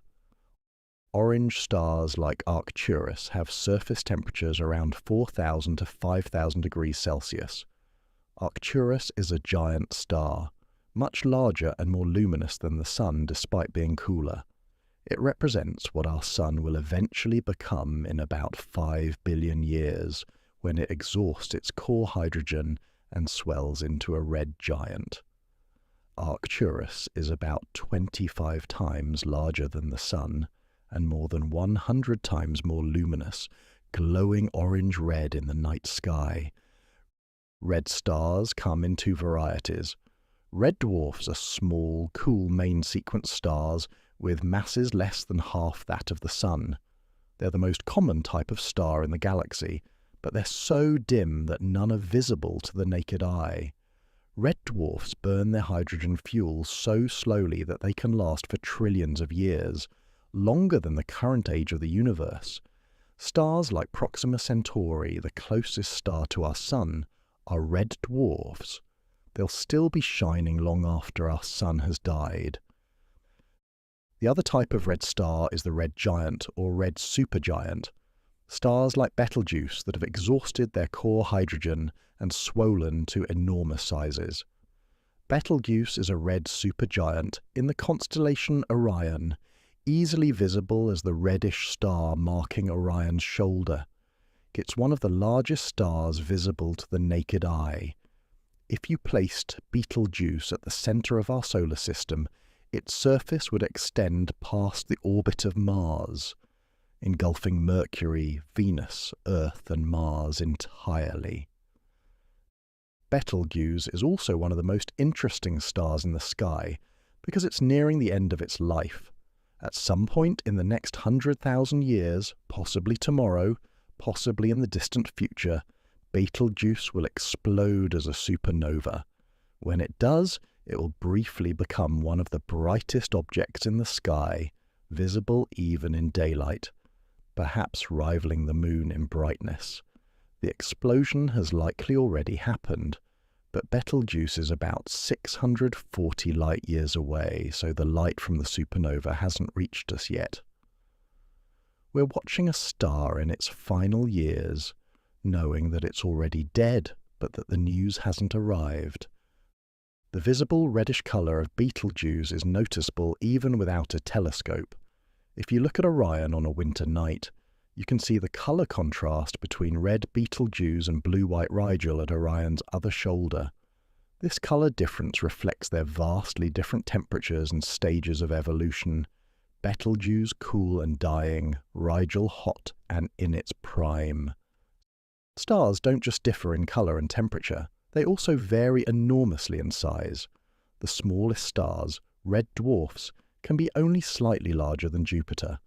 The largest known stars are red supergiants and hypergiants that dwarf even Betelgeuse. Ui Scuti, one of the largest known stars, has a radius about 1,700 times that of the Sun. If you placed Ui Scuti at the centre of our solar system, its surface would extend beyond the orbit of Jupiter. Light would take more than 7 hours to travel from one side of the star to the other. Yet despite their enormous size, these supergiant stars are not particularly massive by stellar standards. A red supergiant might have only 10 to 40 times the mass of the Sun, despite being hundreds or thousands of times larger. How is this possible? The outer layers of these giant stars are incredibly tenuous, less dense than the best vacuum we can create on Earth. The star has swollen to such an enormous size that its outer atmosphere is barely bound by gravity. Material is constantly escaping into space, creating a stellar wind that carries away mass and enriches the surrounding interstellar medium with heavy elements. The most massive stars can exceed 100 times the mass of the Sun.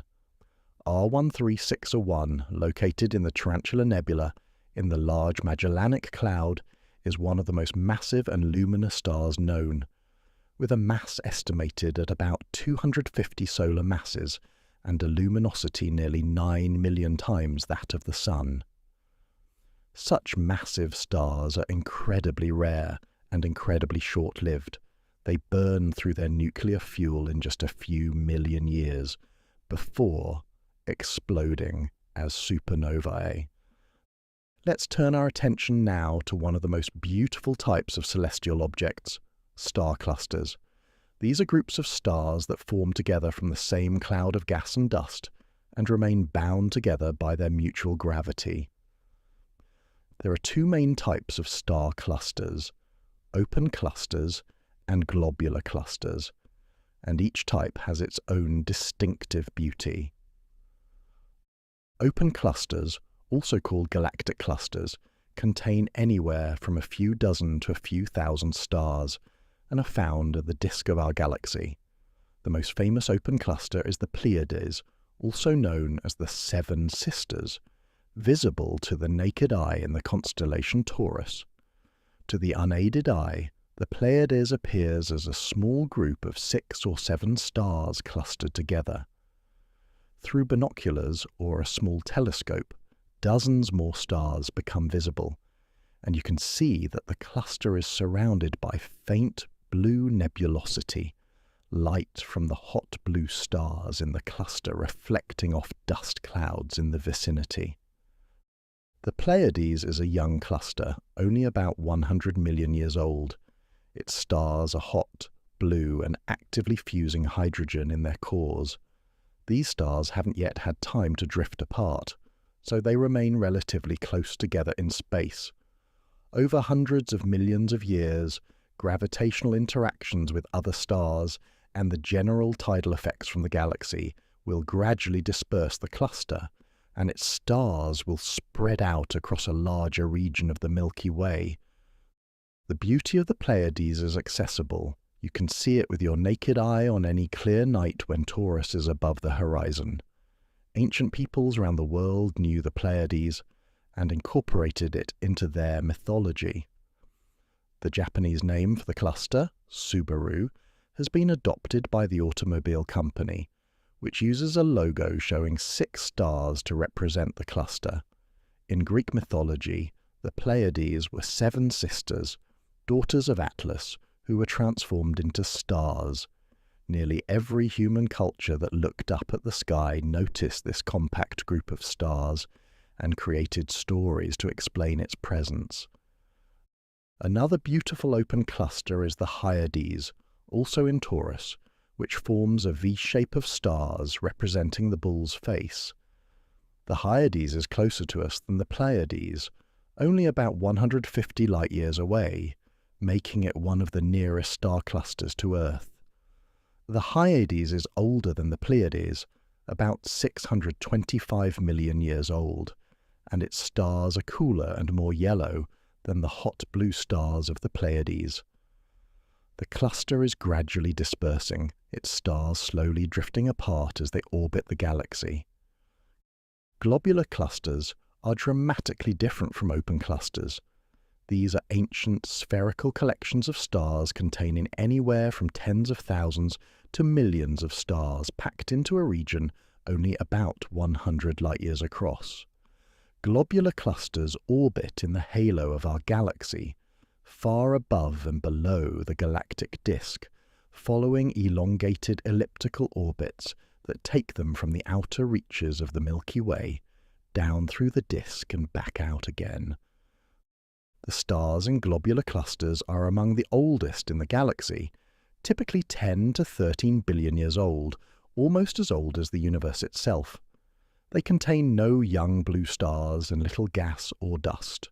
Star formation ended in these clusters billions of years ago, and what remains are the longest-lived stars, red dwarfs, yellow stars like our Sun, now aged and somewhat redder, and red giants that have evolved off the main sequence and swollen to enormous sizes.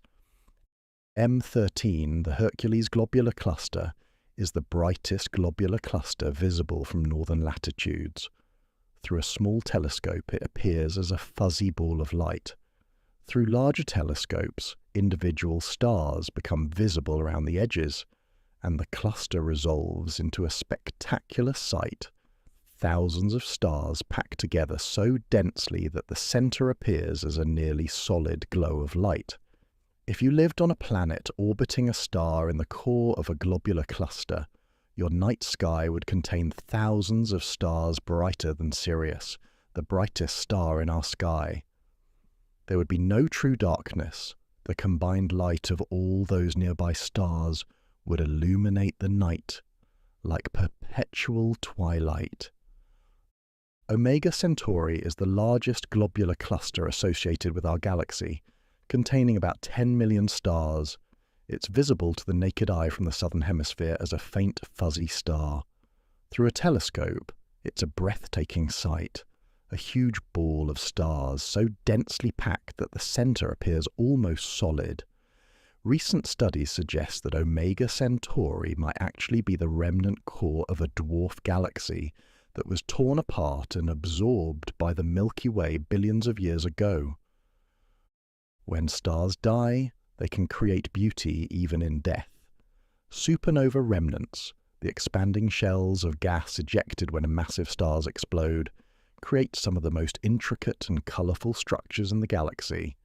The Crab Nebula, which we touched on earlier in our journey, is the remnant of a supernova that was observed by Chinese and Arab astronomers in 1054 CE. The explosion was bright enough to be visible in daylight for 23 days. Today, nearly 1,000 years later, the Crab Nebula appears as a complex filamentary structure stretching about 11 light-years across and still expanding at about 1,500 kilometers per second. At its center lies a pulsar, a rapidly rotating neutron star that spins 30 times per second, emitting beams of radiation that sweep past Earth like a cosmic lighthouse. The pulsar is what remains of the star's core, compressed to incredible density, a ball of neutrons about 20 kilometers across, but containing more mass than the Sun. The Veil Nebula is another supernova remnant, this one from an explosion that occurred about 8,000 years ago. It appears as delicate wispy filaments stretching across several degrees of sky in the constellation Cygnus. The structure resembles cosmic lace, thin sheets of glowing gas that mark the boundary between the expanding supernova blast wave and the surrounding interstellar medium. The colours in photographs of the Veil Nebula come from different elements. Hydrogen glows red, oxygen glows green and blue, and sulfur adds deeper reds. It's a beautiful demonstration that stellar death enriches the galaxy with heavy elements, material that will eventually be incorporated into future generations of stars and planets. Not all stars are solitary like our Sun. In fact, most stars are part of binary or multiple star systems, two or more stars orbiting their common center of mass. Some binary systems are visual binaries, meaning the stars are far enough apart that they can be seen as separate objects through a telescope. Other binaries are so close together that they appear as a single point of light, but spectroscopic observations reveal the presence of two stars orbiting each other. Albireo, the star marking the head of Cygnus the Swan, is one of the most beautiful visual binary stars in the sky. Through a telescope, Albireo resolves into two stars, one golden yellow, the other blue. The colour contrast is stunning and immediately apparent even through small telescopes. The two stars are separated by about 35 arcseconds in the sky, making them easy to split into individual components. Whether they're truly gravitationally bound or just happen to lie in nearly the same direction as seen from Earth is still debated, but regardless, they create a beautiful sight. Some binary stars are so close together that they exchange material. In these systems, one star's outer atmosphere can be pulled toward its companion, creating streams of hot gas flowing from one star to the other.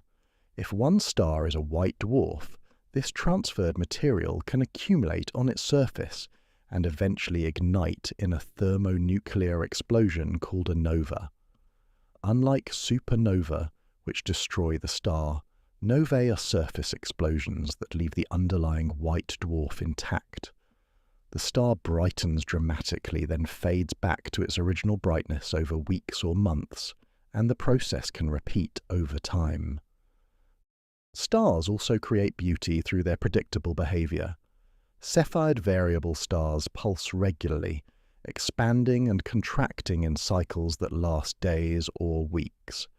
Their brightness varies in a predictable way that's directly related to their true luminosity. Brighter cepheids pulse more slowly, dimmer ones pulse more quickly.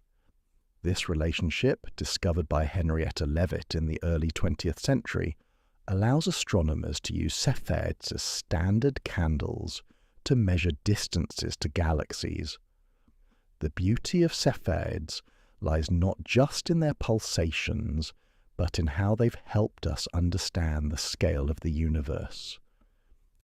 As we contemplate these stellar jewels, the hot blues and cool reds, the giants and dwarfs, the clusters and binaries, the living stars are their beautiful remnants, we come to understand that stars are not just points of light, but diverse objects following their own evolutionary paths. Each star tells a story through its colour, its brightness, its motion, and its companions. Each one is a nuclear furnace, fusing lighter elements into heavier ones, creating the chemical building blocks necessary for planets and life. The stars in our night sky are not eternal, though their lifespans dwarf human timescales so dramatically that they seem unchanging. They are born in nebulae, live out their lives fusing hydrogen and heavier elements and eventually die, some quietly as planetary nebulae, others explosively as supernovae. Through this cycle, they enrich the galaxy with heavy elements and provide the raw material from which future generations of stars will form. From the beauty of individual stars and stellar collections, we turn our attention now to rare cosmic events, special moments when the universe puts on particularly spectacular shows. These are the alignments, the transits, the eclipses, and the cosmic visitors that appear briefly before disappearing, reminding us that the universe is dynamic, constantly moving, occasionally treating us to sights of extraordinary beauty. Some of the universe's most beautiful displays are also its most fleeting. Throughout cosmic time, special events occur, rare alignments, celestial visitors from the outer solar system, moments when shadows fall in just the right way to create spectacles that have captivated humanity for millennia. These events remind us that the universe is not static, but constantly in motion, with planets orbiting, comets traveling, and celestial bodies occasionally aligning in ways that create beauty we're fortunate to witness. Tonight, let's explore these rare cosmic events, these special moments that make us pause and remember how dynamic and interconnected our solar system truly is. Perhaps no cosmic event has captured human imagination quite like the total solar eclipse. It's a coincidence so perfect it seems designed. Our moon, which is 400 times smaller than the Sun, happens to orbit at a distance where it appears almost exactly the same size as the Sun in our sky. The Sun is about 400 times farther away than the Moon, making the two objects appear nearly identical in angular size. This perfect proportion means that when the Moon passes directly between Earth and the Sun, it can block the Sun's bright disk completely, revealing the Sun's outer atmosphere in a spectacular display. During totality, those precious few minutes when the Moon completely covers the Sun's disk, the sky darkens to twilight, stars become visible, planets appear, and the Sun's corona emerges. The corona is the Sun's outer atmosphere, a region of extremely hot thin gas that extends millions of kilometers into space. Normally, the corona is invisible, overwhelmed by the brilliant light from the Sun's surface. But during a total solar eclipse, with the Moon blocking the Sun's disk, the corona becomes visible as a pearly white halo surrounding the dark circle of the Moon. The corona doesn't have a uniform appearance. It streams outward in delicate wisps and streamers that follow the Sun's magnetic field lines. During periods of high solar activity, the corona appears more evenly distributed around the Sun. During solar minimum, it often shows pronounced streamers along the Sun's equator and shorter plumes near the poles. Each total solar eclipse reveals a slightly different corona structure, reflecting the ever-changing nature of the Sun's magnetic field. At the moment totality begins and ends, observers sometimes see phenomena called Bailey's beads, small points of light that appear along the Moon's edge as sunlight shines through valleys on the lunar surface. These beads of light appear and disappear in rapid succession as the Moon's irregular edge moves across the Sun. At the last moment before totality, or the first moment after, a single bright point remains, creating what's called the diamond ring effect, a brilliant point of light beside the glowing corona, resembling a diamond set in a ring. The temperature drops noticeably during totality. Birds may stop singing, confused by the sudden darkness. The horizon glows with an orange-red colour all around, as if sunset were occurring simultaneously in all directions, because, in a sense, it is.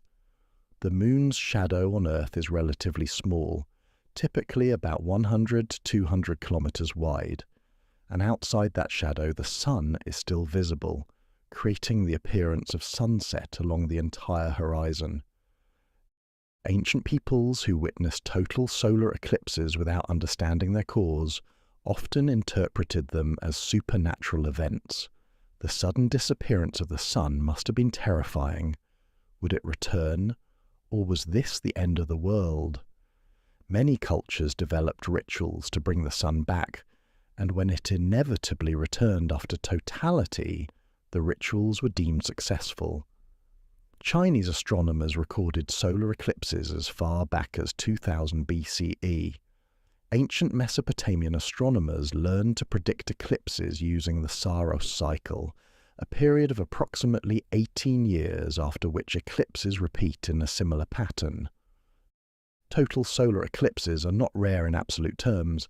They occur somewhere on Earth every 18 months or so, but they're rare for any given location. A total solar eclipse will be visible from any particular spot on Earth only once every 375 years or so, on average. This rarity, combined with the spectacular nature of totality, has led to eclipse chasing. People travelling around the world to stand in the path of totality and witness this cosmic alignment. The Moon is gradually drifting away from Earth at a rate of about 3.8 centimeters per year. This means that the perfect alignment we enjoy now, Moon and Sun appearing the same size, won't last forever. In the distant future, hundreds of millions of years from now, the Moon will be too far away to completely cover the Sun's disk. Total solar eclipses will no longer be possible, and future observers will see only annular eclipses, where the moon passes in front of the sun but doesn't completely cover it, leaving a ring of sunlight visible around the moon's edge. We live in a special epoch of Earth's history when total solar eclipses are possible. Lunar eclipses, while less dramatic than solar eclipses, have their own beauty. During a lunar eclipse, Earth passes between the sun and moon, and Earth's shadow falls on the lunar surface. Unlike solar eclipses, which are visible only from a narrow path on Earth's surface, lunar eclipses are visible from anywhere on Earth's night side. Roughly half the planet can see the eclipse simultaneously. During a total lunar eclipse, the moon doesn't disappear entirely, but instead turns a deep red or copper colour, often called a blood moon. This happens because Earth's atmosphere acts like a lens, bending sunlight around Earth and directing it onto the moon. As sunlight passes through Earth's atmosphere, the atmosphere scatters away the blue light, the same process that makes our sky blue and our sunsets red. The red light that passes through gets refracted onto the moon, illuminating it with an eerie reddish glow. The exact colour of the moon during totality depends on conditions in Earth's atmosphere. If there's been a recent volcanic eruption injecting ash and particles into the stratosphere, the moon may appear darker and redder as more light is absorbed by the atmospheric particles. During eclipses, when the atmosphere is relatively clear, the moon may appear a brighter, more orange colour. Each lunar eclipse is slightly different, and the colour can vary during different parts of the eclipse as the moon moves through different parts of Earth's shadow. Ancient peoples often interpreted lunar eclipses as omens. The blood-red moon appearing in the night sky seemed to portend disaster. But unlike solar eclipses, which could surprise ancient astronomers, lunar eclipses were easier to predict because the moon's orbit and its relationship to Earth and Sun were better understood. By the time of the ancient Greeks, astronomers could predict lunar eclipses with reasonable accuracy.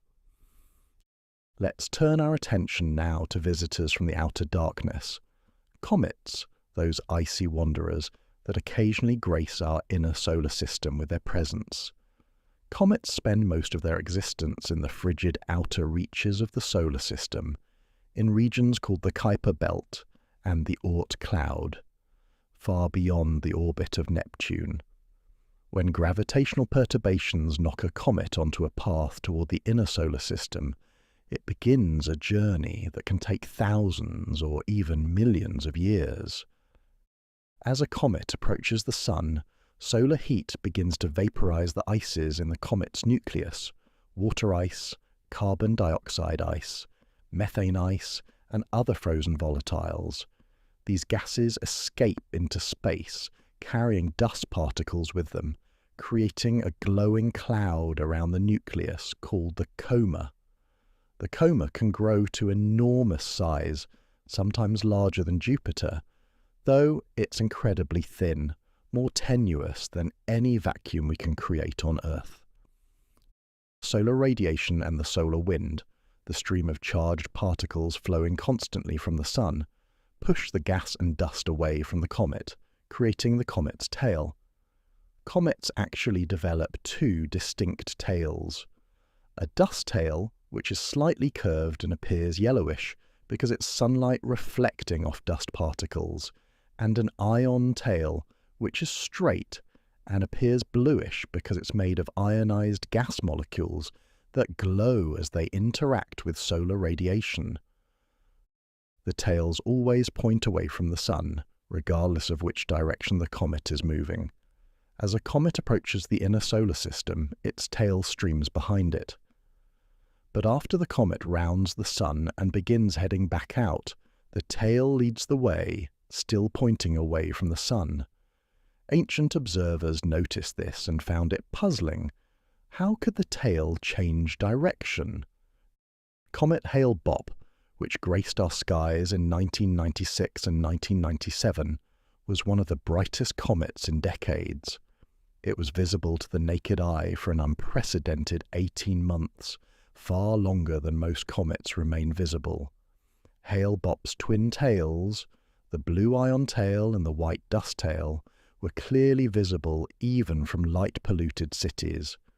The comet won't return to the inner solar system for another 2,500 years, meaning that no human alive today will see it again, and those who saw it in 1997 were witnessing a sight that hadn't been seen for millennia and won't be seen again for millennia to come. Perhaps no comet is more famous than Halley's Comet, which returns to the inner solar system every 75 to 76 years. Because of its relatively short orbital period, Halley's Comet has been observed and recorded throughout human history. Chinese astronomers recorded observations of Halley's Comet as far back as 240 BCE. The comet appears in the Biotapestry, which depicts the Norman conquest of England in 1066. The comet appeared that year and was interpreted as an omen. Mark Twain was born in 1835, 2 weeks after Halley's Comet appeared.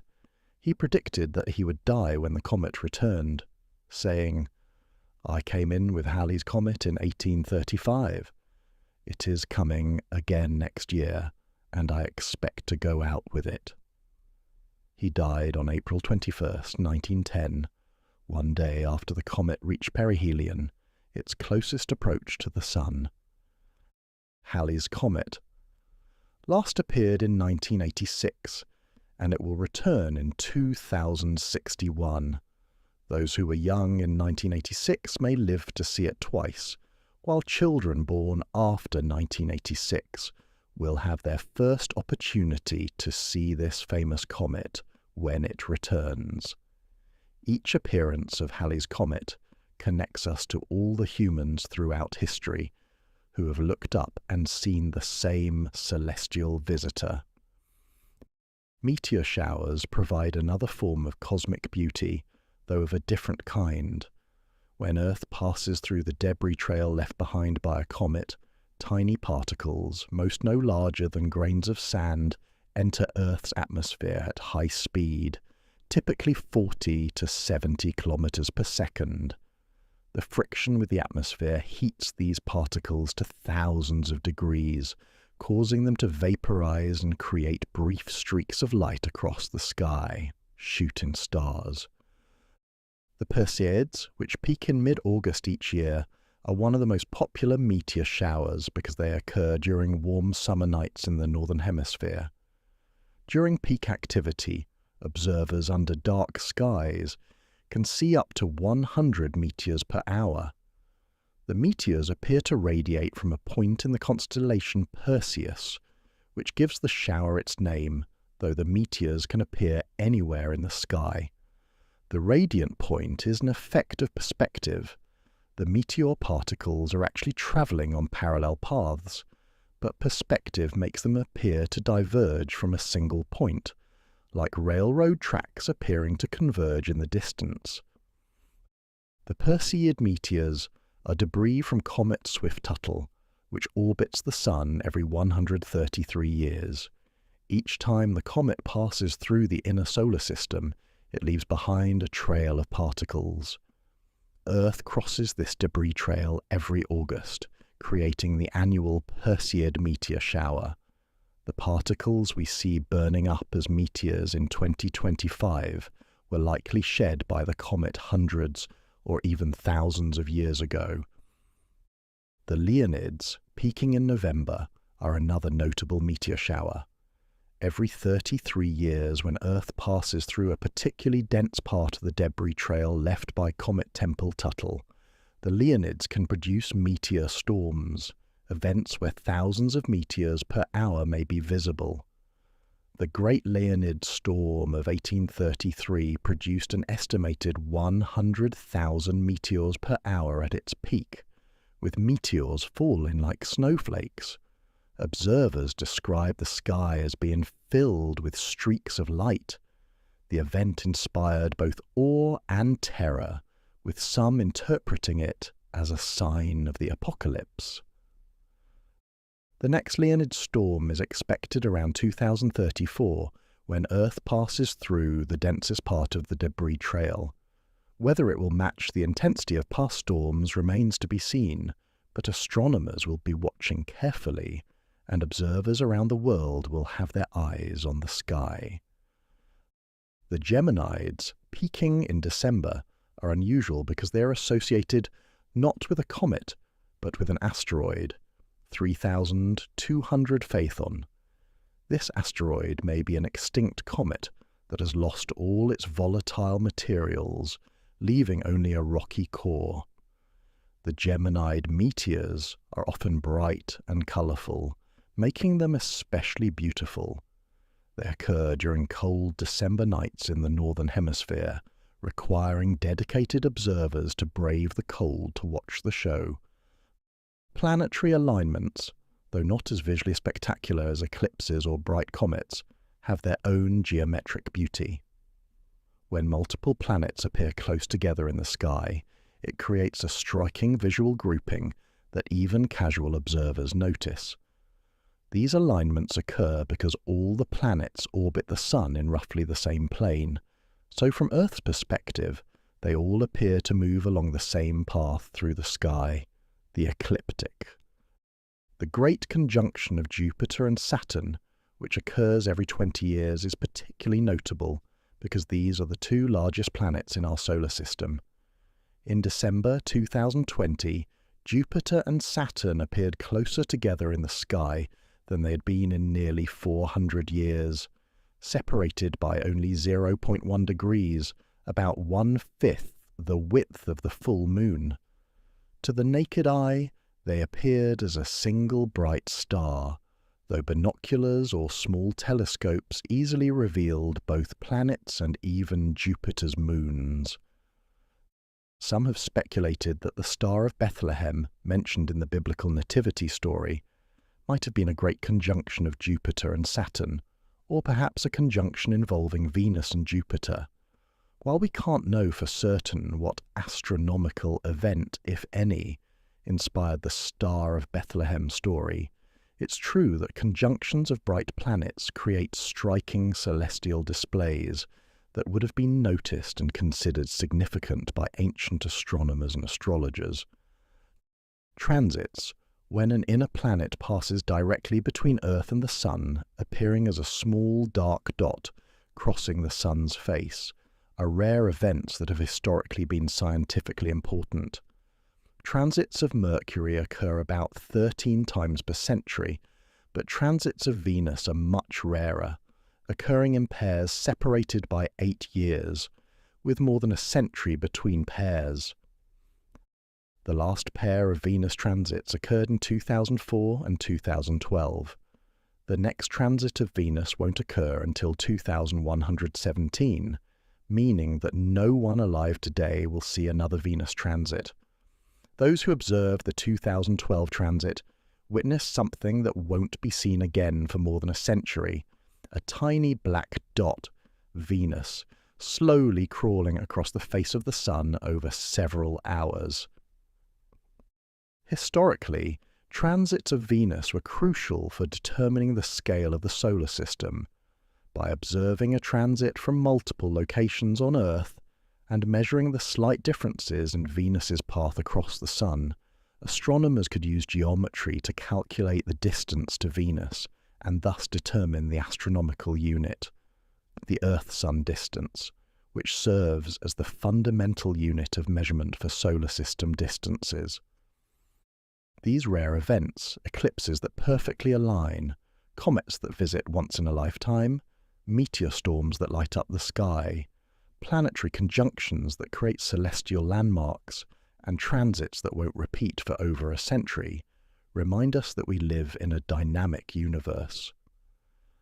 The solar system is constantly in motion, with each planet, moon, comet and asteroid following its own orbital path according to the laws of gravity. Occasionally these paths align in ways that create spectacles visible from Earth. The rarity of these events makes them precious. When you witness a total solar eclipse, you're seeing something that occurs at that location only once every few centuries. When you see a bright comet, You may be the only generation in millennia to witness that particular visitor. Each meteor in a meteor shower represents a tiny piece of ancient comet meeting its fiery end in Earth's atmosphere.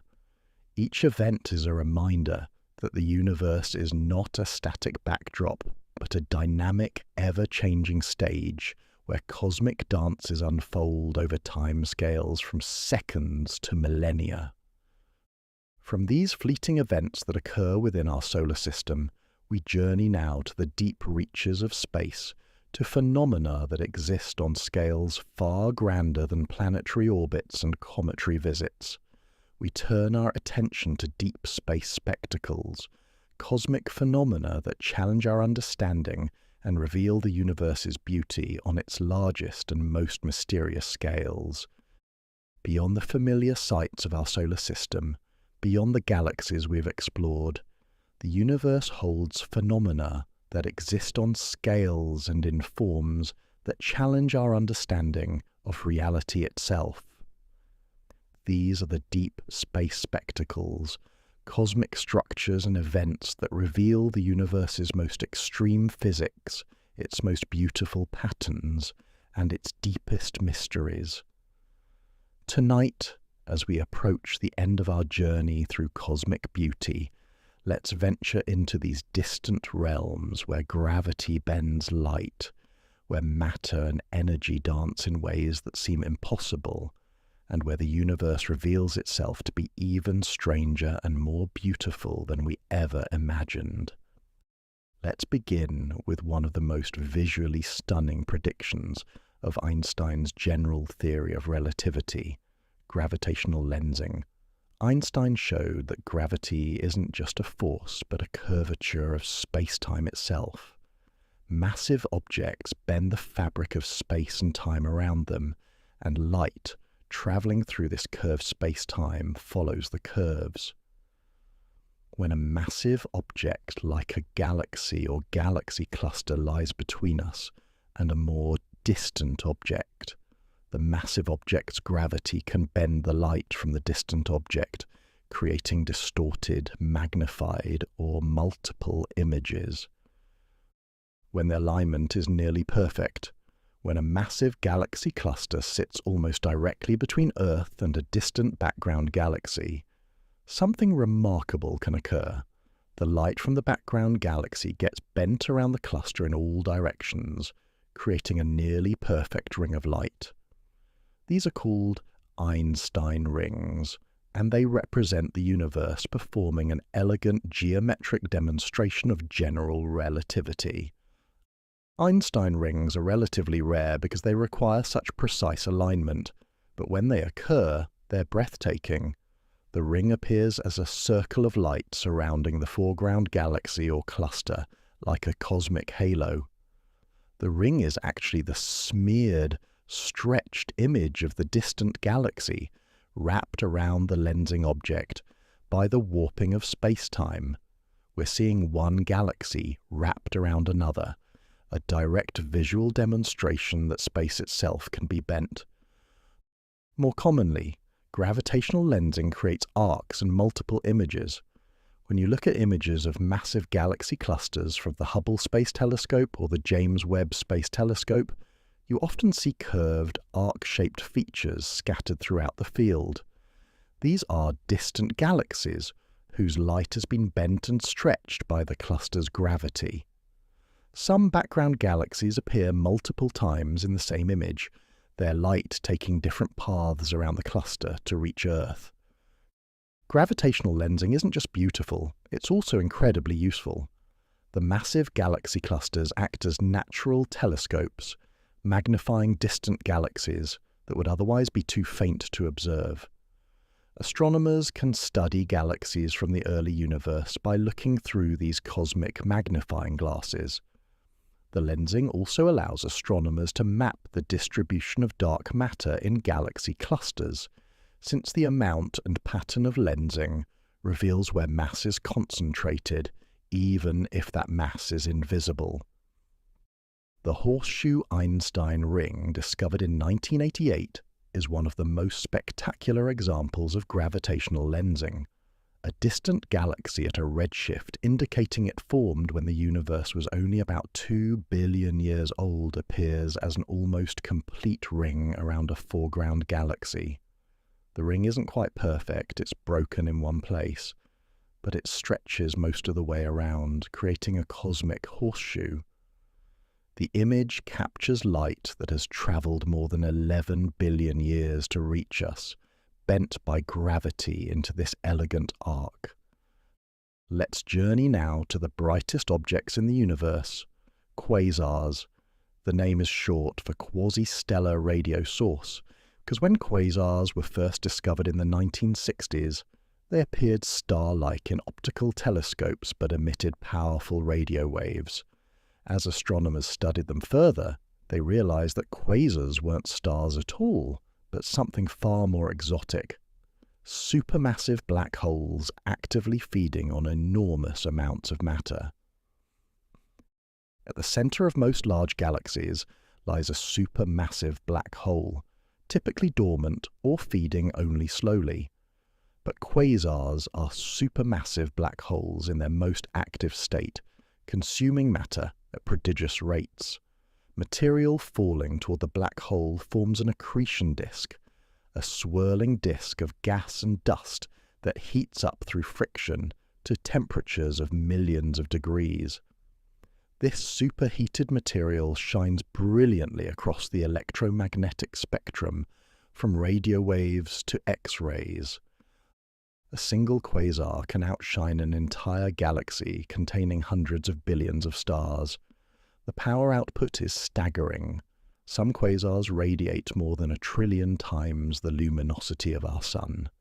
This intense radiation comes from a region only about the size of our solar system, creating a cosmic beacon visible across billions of light-years of space. Quasars also produce jets, narrow beams of matter and energy that shoot out perpendicular to the accretion disk at speeds approaching the speed of light. These jets can extend for millions of light-years, carrying energy and charged particles far into intergalactic space. When these jets plow through the surrounding medium, they create enormous lobes of radio emission, sometimes larger than the host galaxy itself.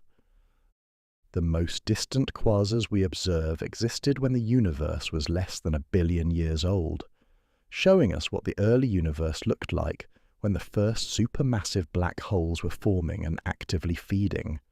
These distant quasars provide windows into cosmic dawn, the epoch when the first stars and galaxies were illuminating the universe and reionizing the hydrogen gas that filled all of space. Quasars were much more common in the early universe than they are today. As the universe aged and galaxies matured, the supply of gas feeding central black holes diminished, and quasar activity declined. Today, most supermassive black holes are relatively quiet, including the one at the center of our Milky Way. The quasar epoch represents a more violent, energetic phase of cosmic history. Zooming out to the larger scales, we encounter the cosmic web, the vast network of filaments and voids that organizes matter throughout the universe. We touched on this briefly when discussing galaxies, but it deserves deeper appreciation as one of the most beautiful patterns in nature. If you could somehow step outside the universe and view it in its entirety, you would see that galaxies are not randomly distributed, but organized into a magnificent web-like structure. Galaxies cluster along filaments, long, thin structures stretching across hundreds of millions of light-years. Where filaments intersect, you find the nodes, regions where galaxy clusters form. Between the filaments lie enormous voids, regions of space that contain very few galaxies. This pattern emerges from a computer simulation of the universe's evolution, as naturally as it emerges from actual observations. The cosmic web is not an accident, but an inevitable consequence of how gravity amplifies small density fluctuations over cosmic time. Shortly after the Big Bang, the universe was remarkably smooth and uniform, but tiny quantum fluctuations during cosmic inflation created regions of slightly higher and lower density. Over billions of years, gravity caused the denser regions to attract more matter and grow denser still, while the less dense regions became relatively emptier as their matter drained away toward the denser areas. The result is the cosmic web we observe today, a universe organized into filaments, nodes, and voids, like a three-dimensional spider's web stretching across the cosmos. The largest known structure in the observable universe is the Hercules Corona Borealis Great Wall, a concentration of galaxies stretching more than 10 billion light-years across, so large that light takes 10 billion years to travel from one end to the other.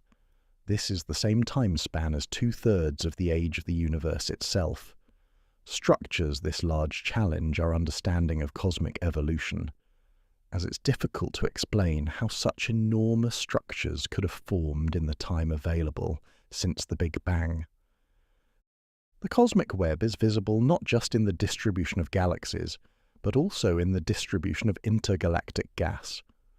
Observations of distant quasars reveal absorption lines in their spectra caused by intervening clouds of hydrogen gas. By mapping these absorption lines at different distances, astronomers can trace the distribution of gas throughout cosmic history, revealing that it follows the same filamentary pattern as the galaxies themselves. The beauty of the cosmic web lies in its universality and scale. The same basic pattern, filaments, nodes, and voids, appears at every scale we can observe, from relatively small groups and clusters of galaxies to the largest structures spanning billions of light-years. It's as if the universe has a fundamental architecture, a preferred way of organizing matter that emerges naturally from the laws of physics.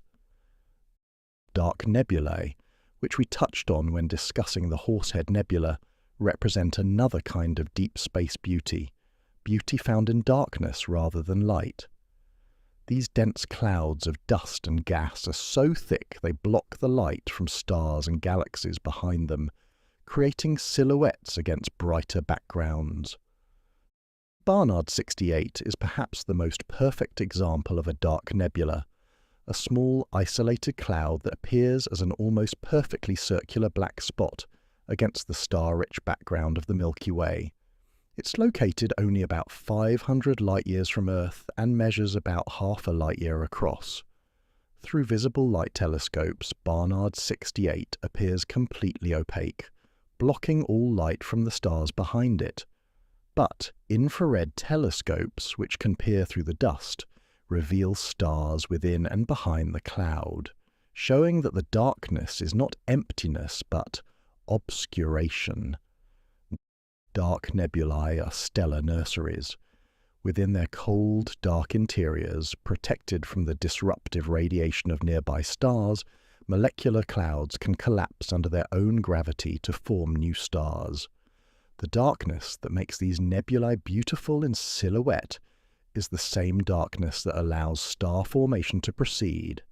In a few million years, Barnard 68 may no longer exist as a dark nebula.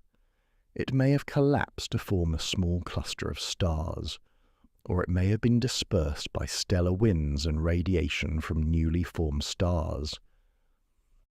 The contrast between dark nebulae and the bright backgrounds against which we see them reminds us that negative space has its own beauty. Not all cosmic beauty involves glowing gas or shining stars. Sometimes beauty emerges from absence, from shadows, from the spaces between. Let's turn our attention now to exoplanets, worlds orbiting stars beyond our Sun. Since the first confirmed detection of an exoplanet orbiting a Sun-like star in 1995, astronomers have discovered more than 5,000 confirmed exoplanets, with thousands more candidates awaiting confirmation. These discoveries have revealed that planetary systems are common throughout the galaxy, and that planets come in an astonishing variety of types and configurations. Some exoplanets are hot Jupiters, gas giant planets that orbit extremely close to their stars, completing an orbit in just a few days. These worlds are tidally locked, always showing the same face to their star, with one hemisphere perpetually baked by stellar radiation and the other in eternal night. Some hot Jupiters have been found to have atmospheres where iron vaporizes on the day side and rains down as liquid metal on the night side. HD 189733b is a blue exoplanet, but not blue like Earth. Its color comes not from water, but from silicate particles in its atmosphere that scatter blue light. The planet's atmosphere is so hot that these silicates exist as vapor, and the planet likely experiences winds of 8,500 kilometers per hour that blow molten glass sideways through the atmosphere at supersonic speeds. It's a beautiful but utterly hostile world. Super-Earths are planets with masses between Earth and Neptune that have no equivalent in our solar system. Some super-Earths orbit in their star's habitable zone, the region where temperatures could allow liquid water on the surface. Kepler 452b, discovered in 2015, orbits a sun-like star in the habitable zone and has been called Earth's cousin, though we know very little about its actual surface conditions or atmosphere. The TRAPPIST-1 system, located about 40 light-years away, contains 7 Earth-sized planets orbiting a small, cool red dwarf star. 3 of these planets orbit in the habitable zone. If you stood on one of these planets, you would see the other planets in the system as clearly as we see our moon. They orbit close enough together that they would appear as sizable disks in each other's skies, rather than as mere points of light. We cannot yet directly image most exoplanets in detail. They're too far away and too faint compared to their stars. But we can detect them through their effects on their stars, and in some cases we can analyze starlight that passes through their atmospheres during transits, revealing the presence of specific molecules. Future telescopes, including larger ground-based observatories and advanced space telescopes, will be able to study exoplanet atmospheres in greater detail, potentially detecting biosignatures, chemical signs of life. The discovery of exoplanets has profound implications for our understanding of cosmic beauty. Each of these worlds likely has its own unique appearance, different colors, different cloud patterns, different landscapes if they have solid surfaces. Moons orbiting these planets might themselves be habitable. The diversity of planetary systems suggests that the universe contains an almost limitless variety of worlds, each beautiful in its own way, most of which we'll never see in detail, but can imagine. The Hubble Deep Field images represent another profound deep space spectacle.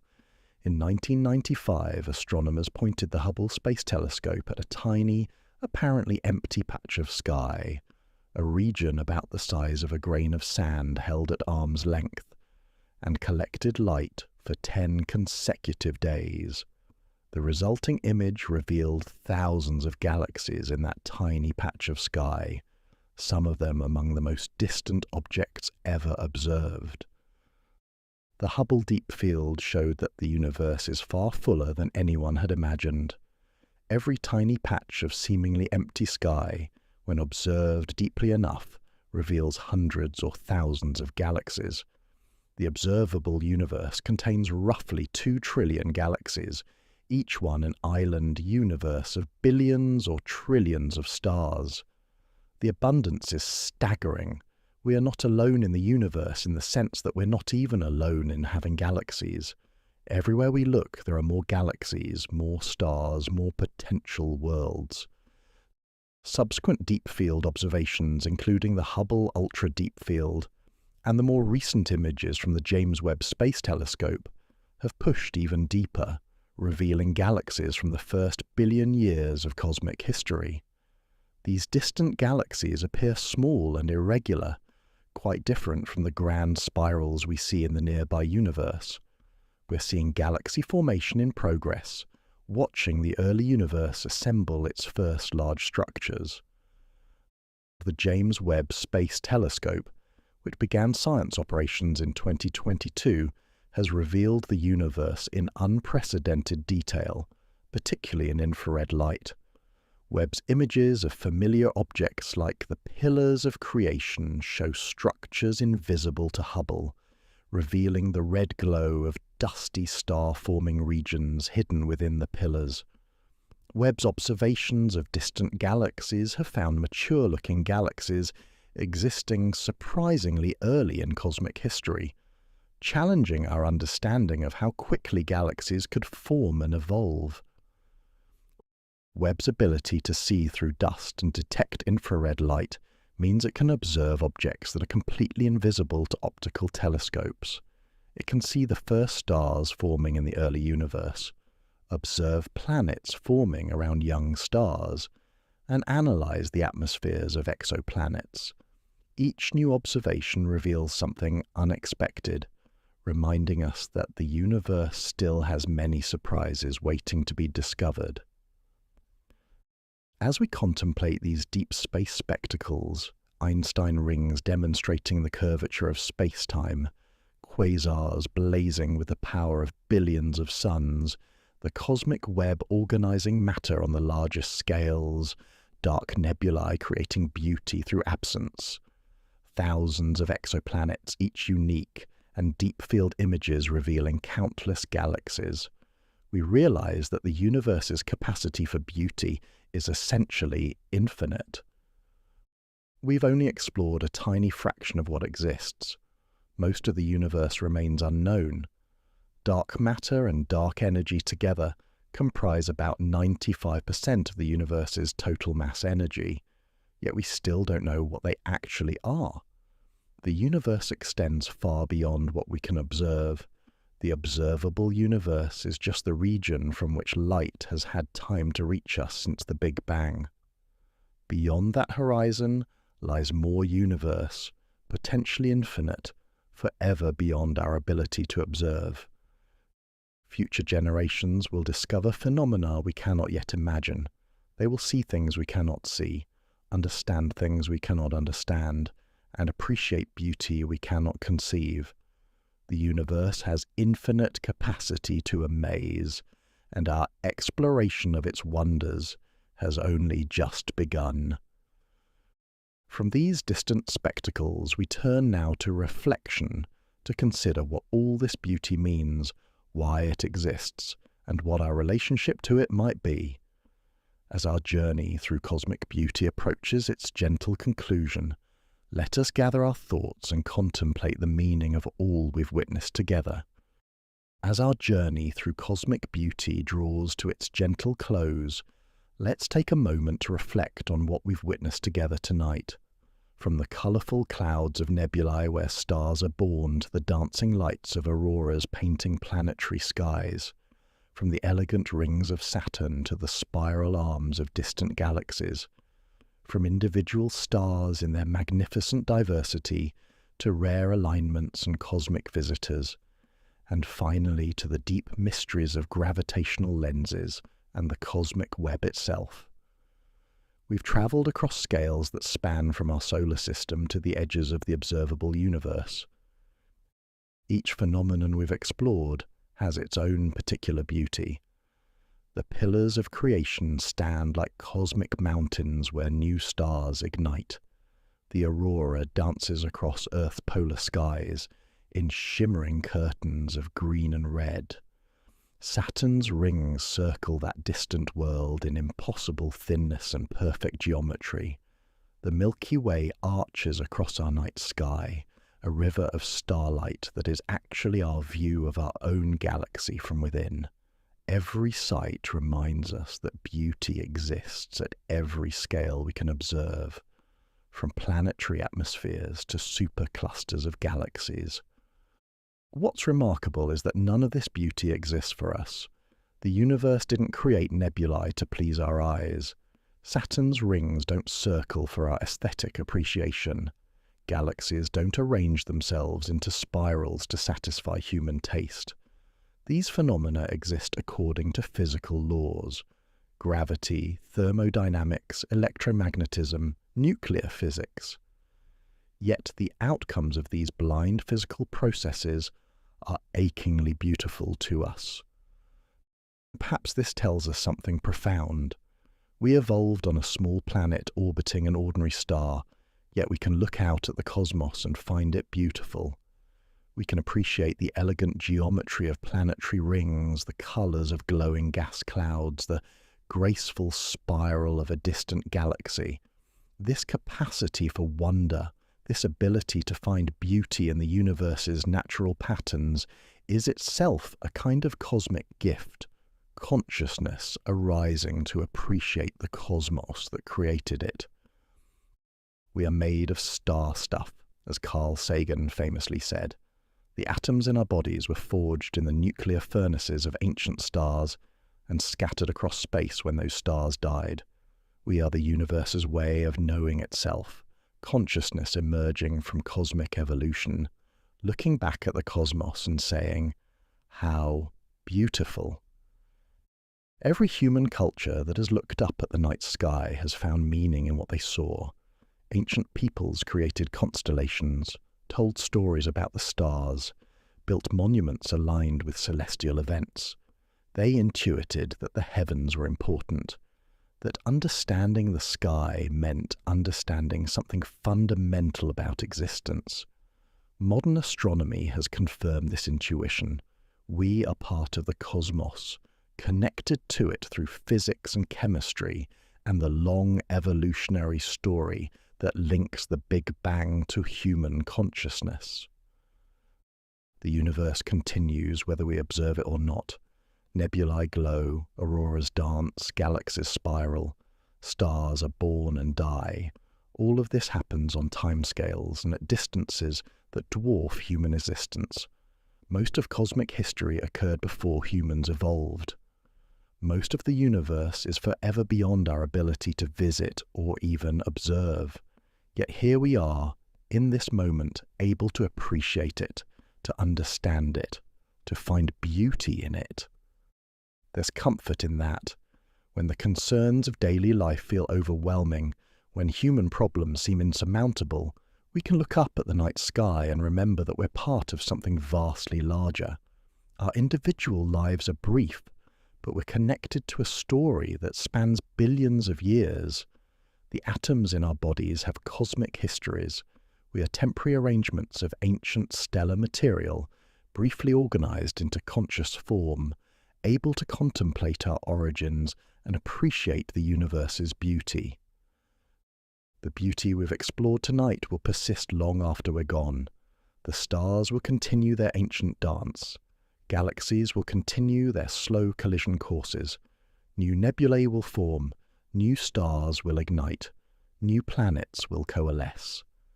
The universe's capacity for beauty is not diminished by our presence or absence.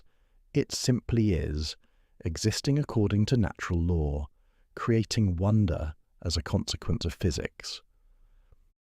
Whether you've drifted off to sleep somewhere along this journey or stayed awake to contemplate these cosmic mysteries, I hope this time together has brought you some sense of peace, some appreciation for the magnificent universe we inhabit.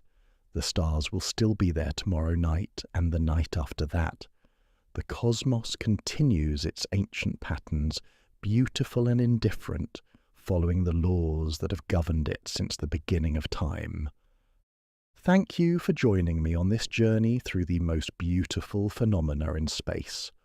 If you'd like to keep exploring with me, subscribe to the Sleepy Astronomer for more peaceful journeys through the universe. There's always more to discover, more beauty to appreciate, more wonder to experience. The stars are waiting for you, as they always have been, as they always will be. They'll be there tomorrow when you look up, steady and eternal, beautiful and mysterious, a reminder that we live in a universe more magnificent than we can fully comprehend. Sweet dreams under the stars. This is the Sleepy Astronomer, wishing you restful sleep and cosmic dreams. Good night.